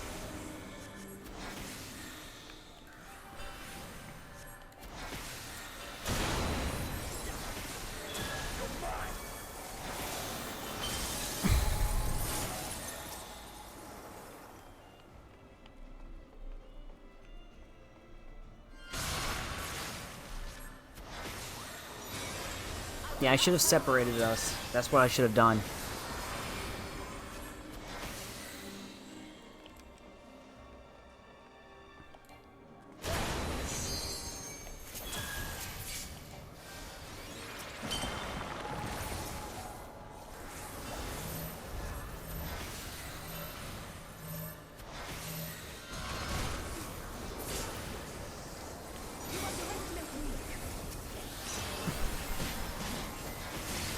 Come on, Crystal, die! Follow your light. Or fly, my children, and never look back.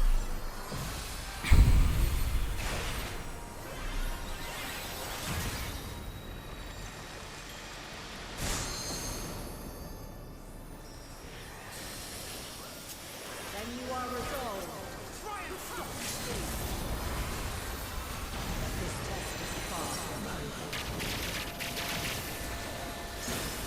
By crystal light. I will not hold back.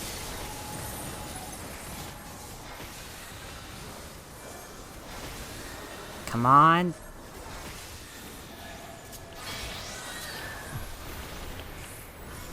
Light unyielding.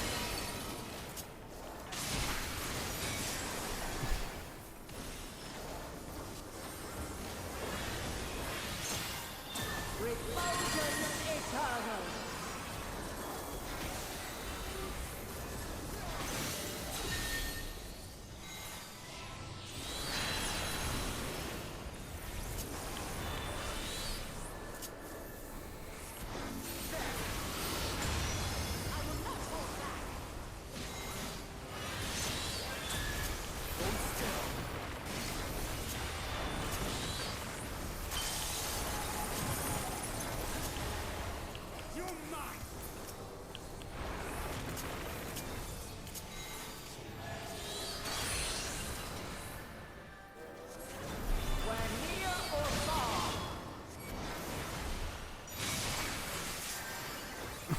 Thank God. Okay, I survived the second one.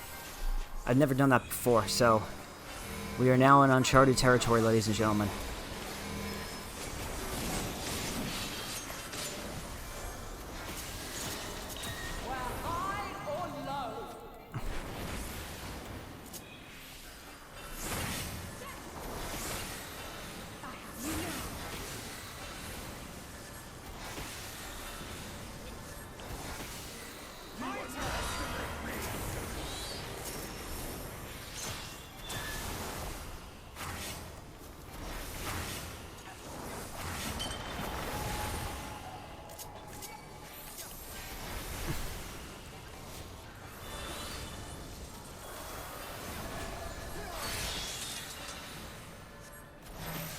By blade.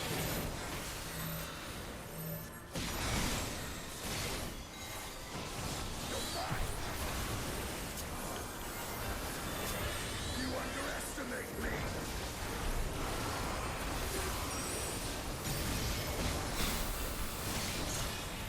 Succumb not to fear.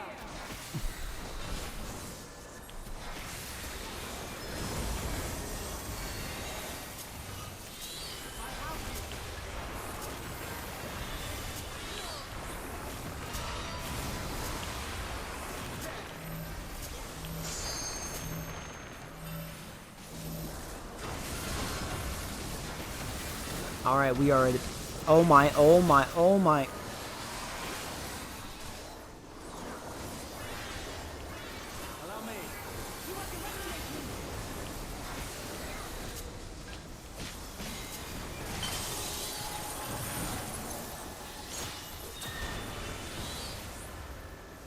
Oh my lord, what is this?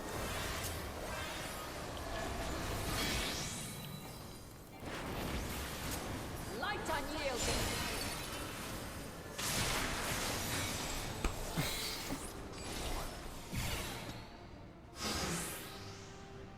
So close!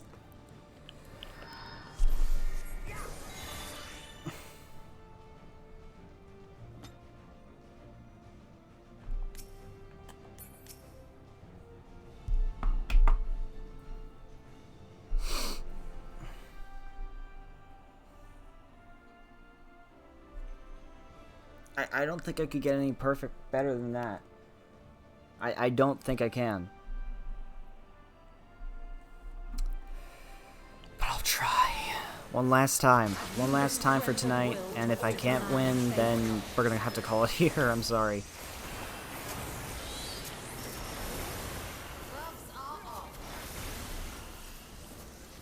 At least I can say I tried at the end, right? I tried to do it the hard way, but failed.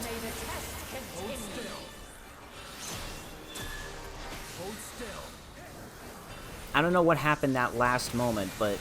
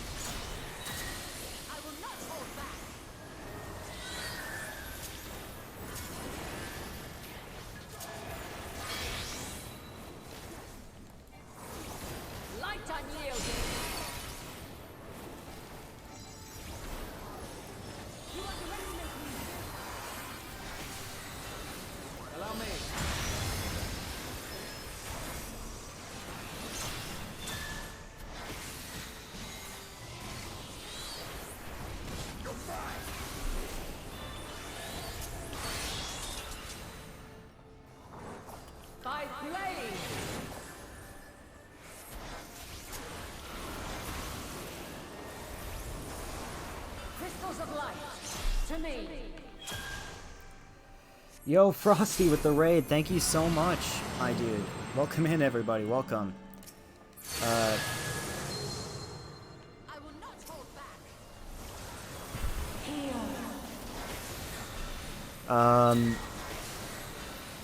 Welcome to Oranduska Gaming. We're a God, I can't even think straight right now. Just give me a moment, everybody. The sorrow at hope's demise. Think. I'm glad to be 100% completing Expansion 2, finally jumping to YS8 tomorrow. Well, I'm glad to hear that, Frosty. Good for you. Meanwhile, I'm in the middle of a nightmare, so... but welcome to Oranduska Gaming. We're a variety stream. I'm a variety streamer here on Twitch. Right now, we're trying to kill our goddess idol in here, and that it's become a mess. It's just a mess. Because I chose to do the trust system with NPCs instead of just getting other people. But it doesn't look like anybody else is doing it any other way. So. But how else are you doing, Frosty? Why is he stolen?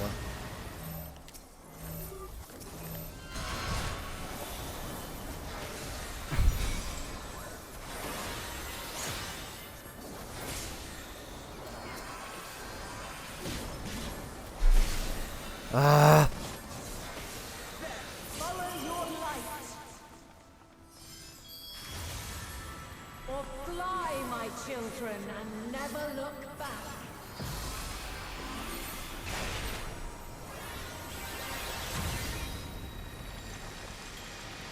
I'm relieved going to be jumping back into JRPGs again on stream. Well, I'm glad to hear that, man.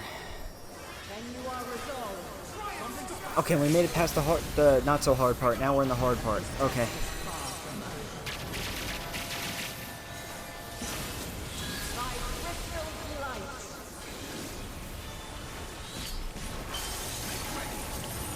Titan, save me, please.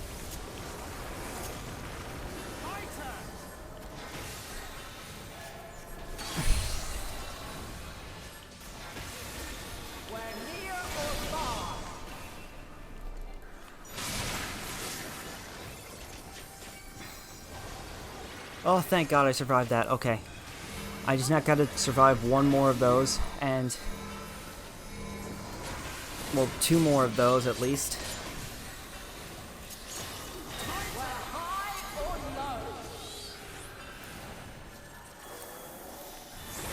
Oh God, thank God I got it out of the way.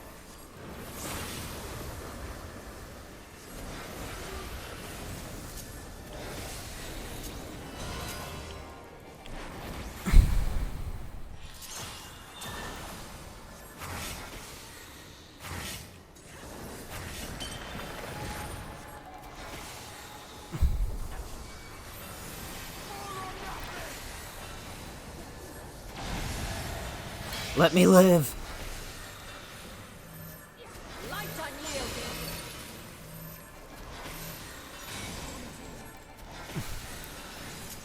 Something special for you. Refulgence eternal. Back to the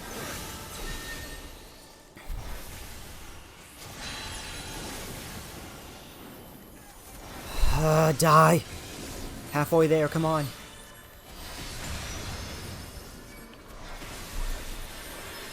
God, my hands are full sweaty.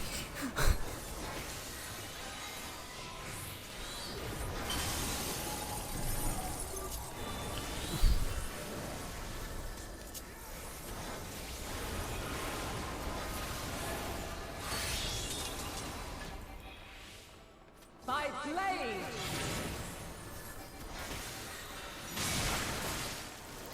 Yes, I survived. Okay.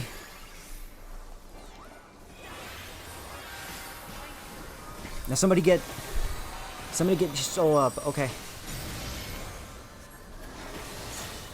Succumb not to fear.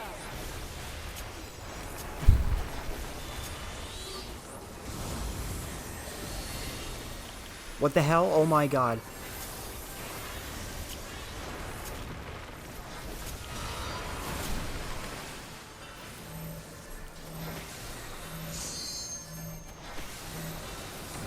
Three-quarters of the way there. Three-quarters.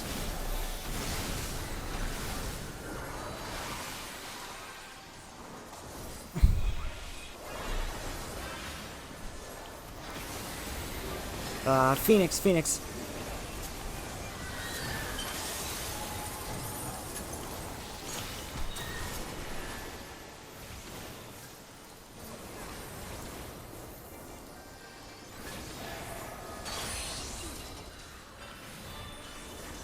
Where near or far.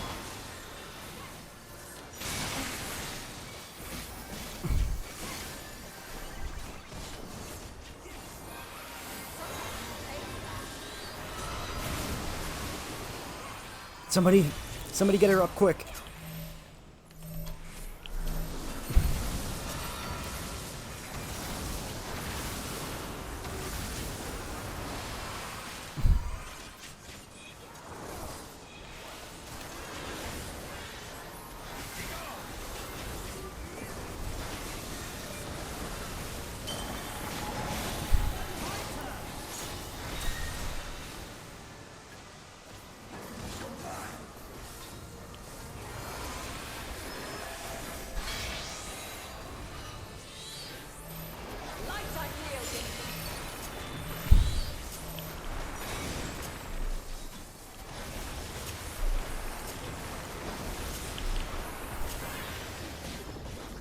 Where'd you go?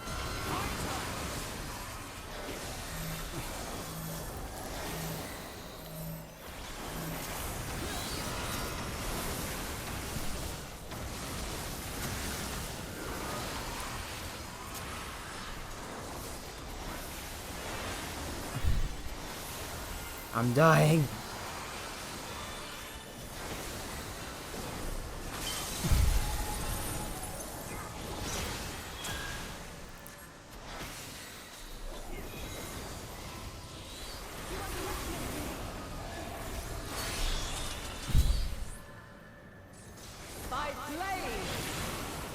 I will not let it scare me.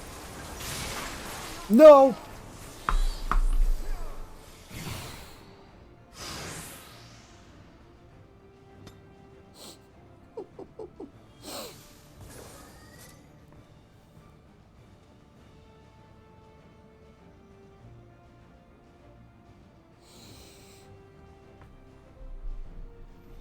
Unfortunately, guys. Unfortunately.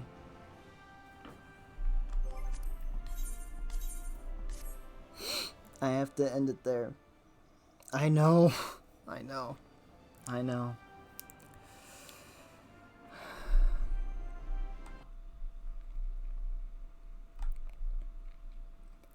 But we've been going at it for way longer than I anticipated, and you know, it's just not gonna get any easier. Like, we've been on for 4 hours. I was supposed to get off an hour ago. But thank you guys so much for watching. If you haven't already and you enjoyed what you saw here today, make sure to leave a follow here on Twitch. And like, comment, and subscribe to the YouTube channel, and follow me over on Twitter to stay up to date for when I go live next. I'll see you guys tomorrow for Persona 4 Golden. Next week we should be wrapping, hopefully, the entirety of Endwalker up. So I'll see you guys for that. Let's see if we can raid somebody really quick. Who's somebody who I haven't raided in a very long time?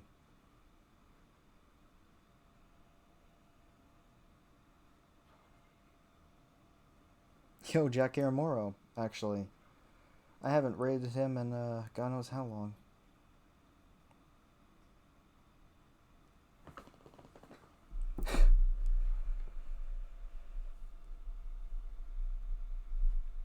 Oh, wait a minute, wrong one.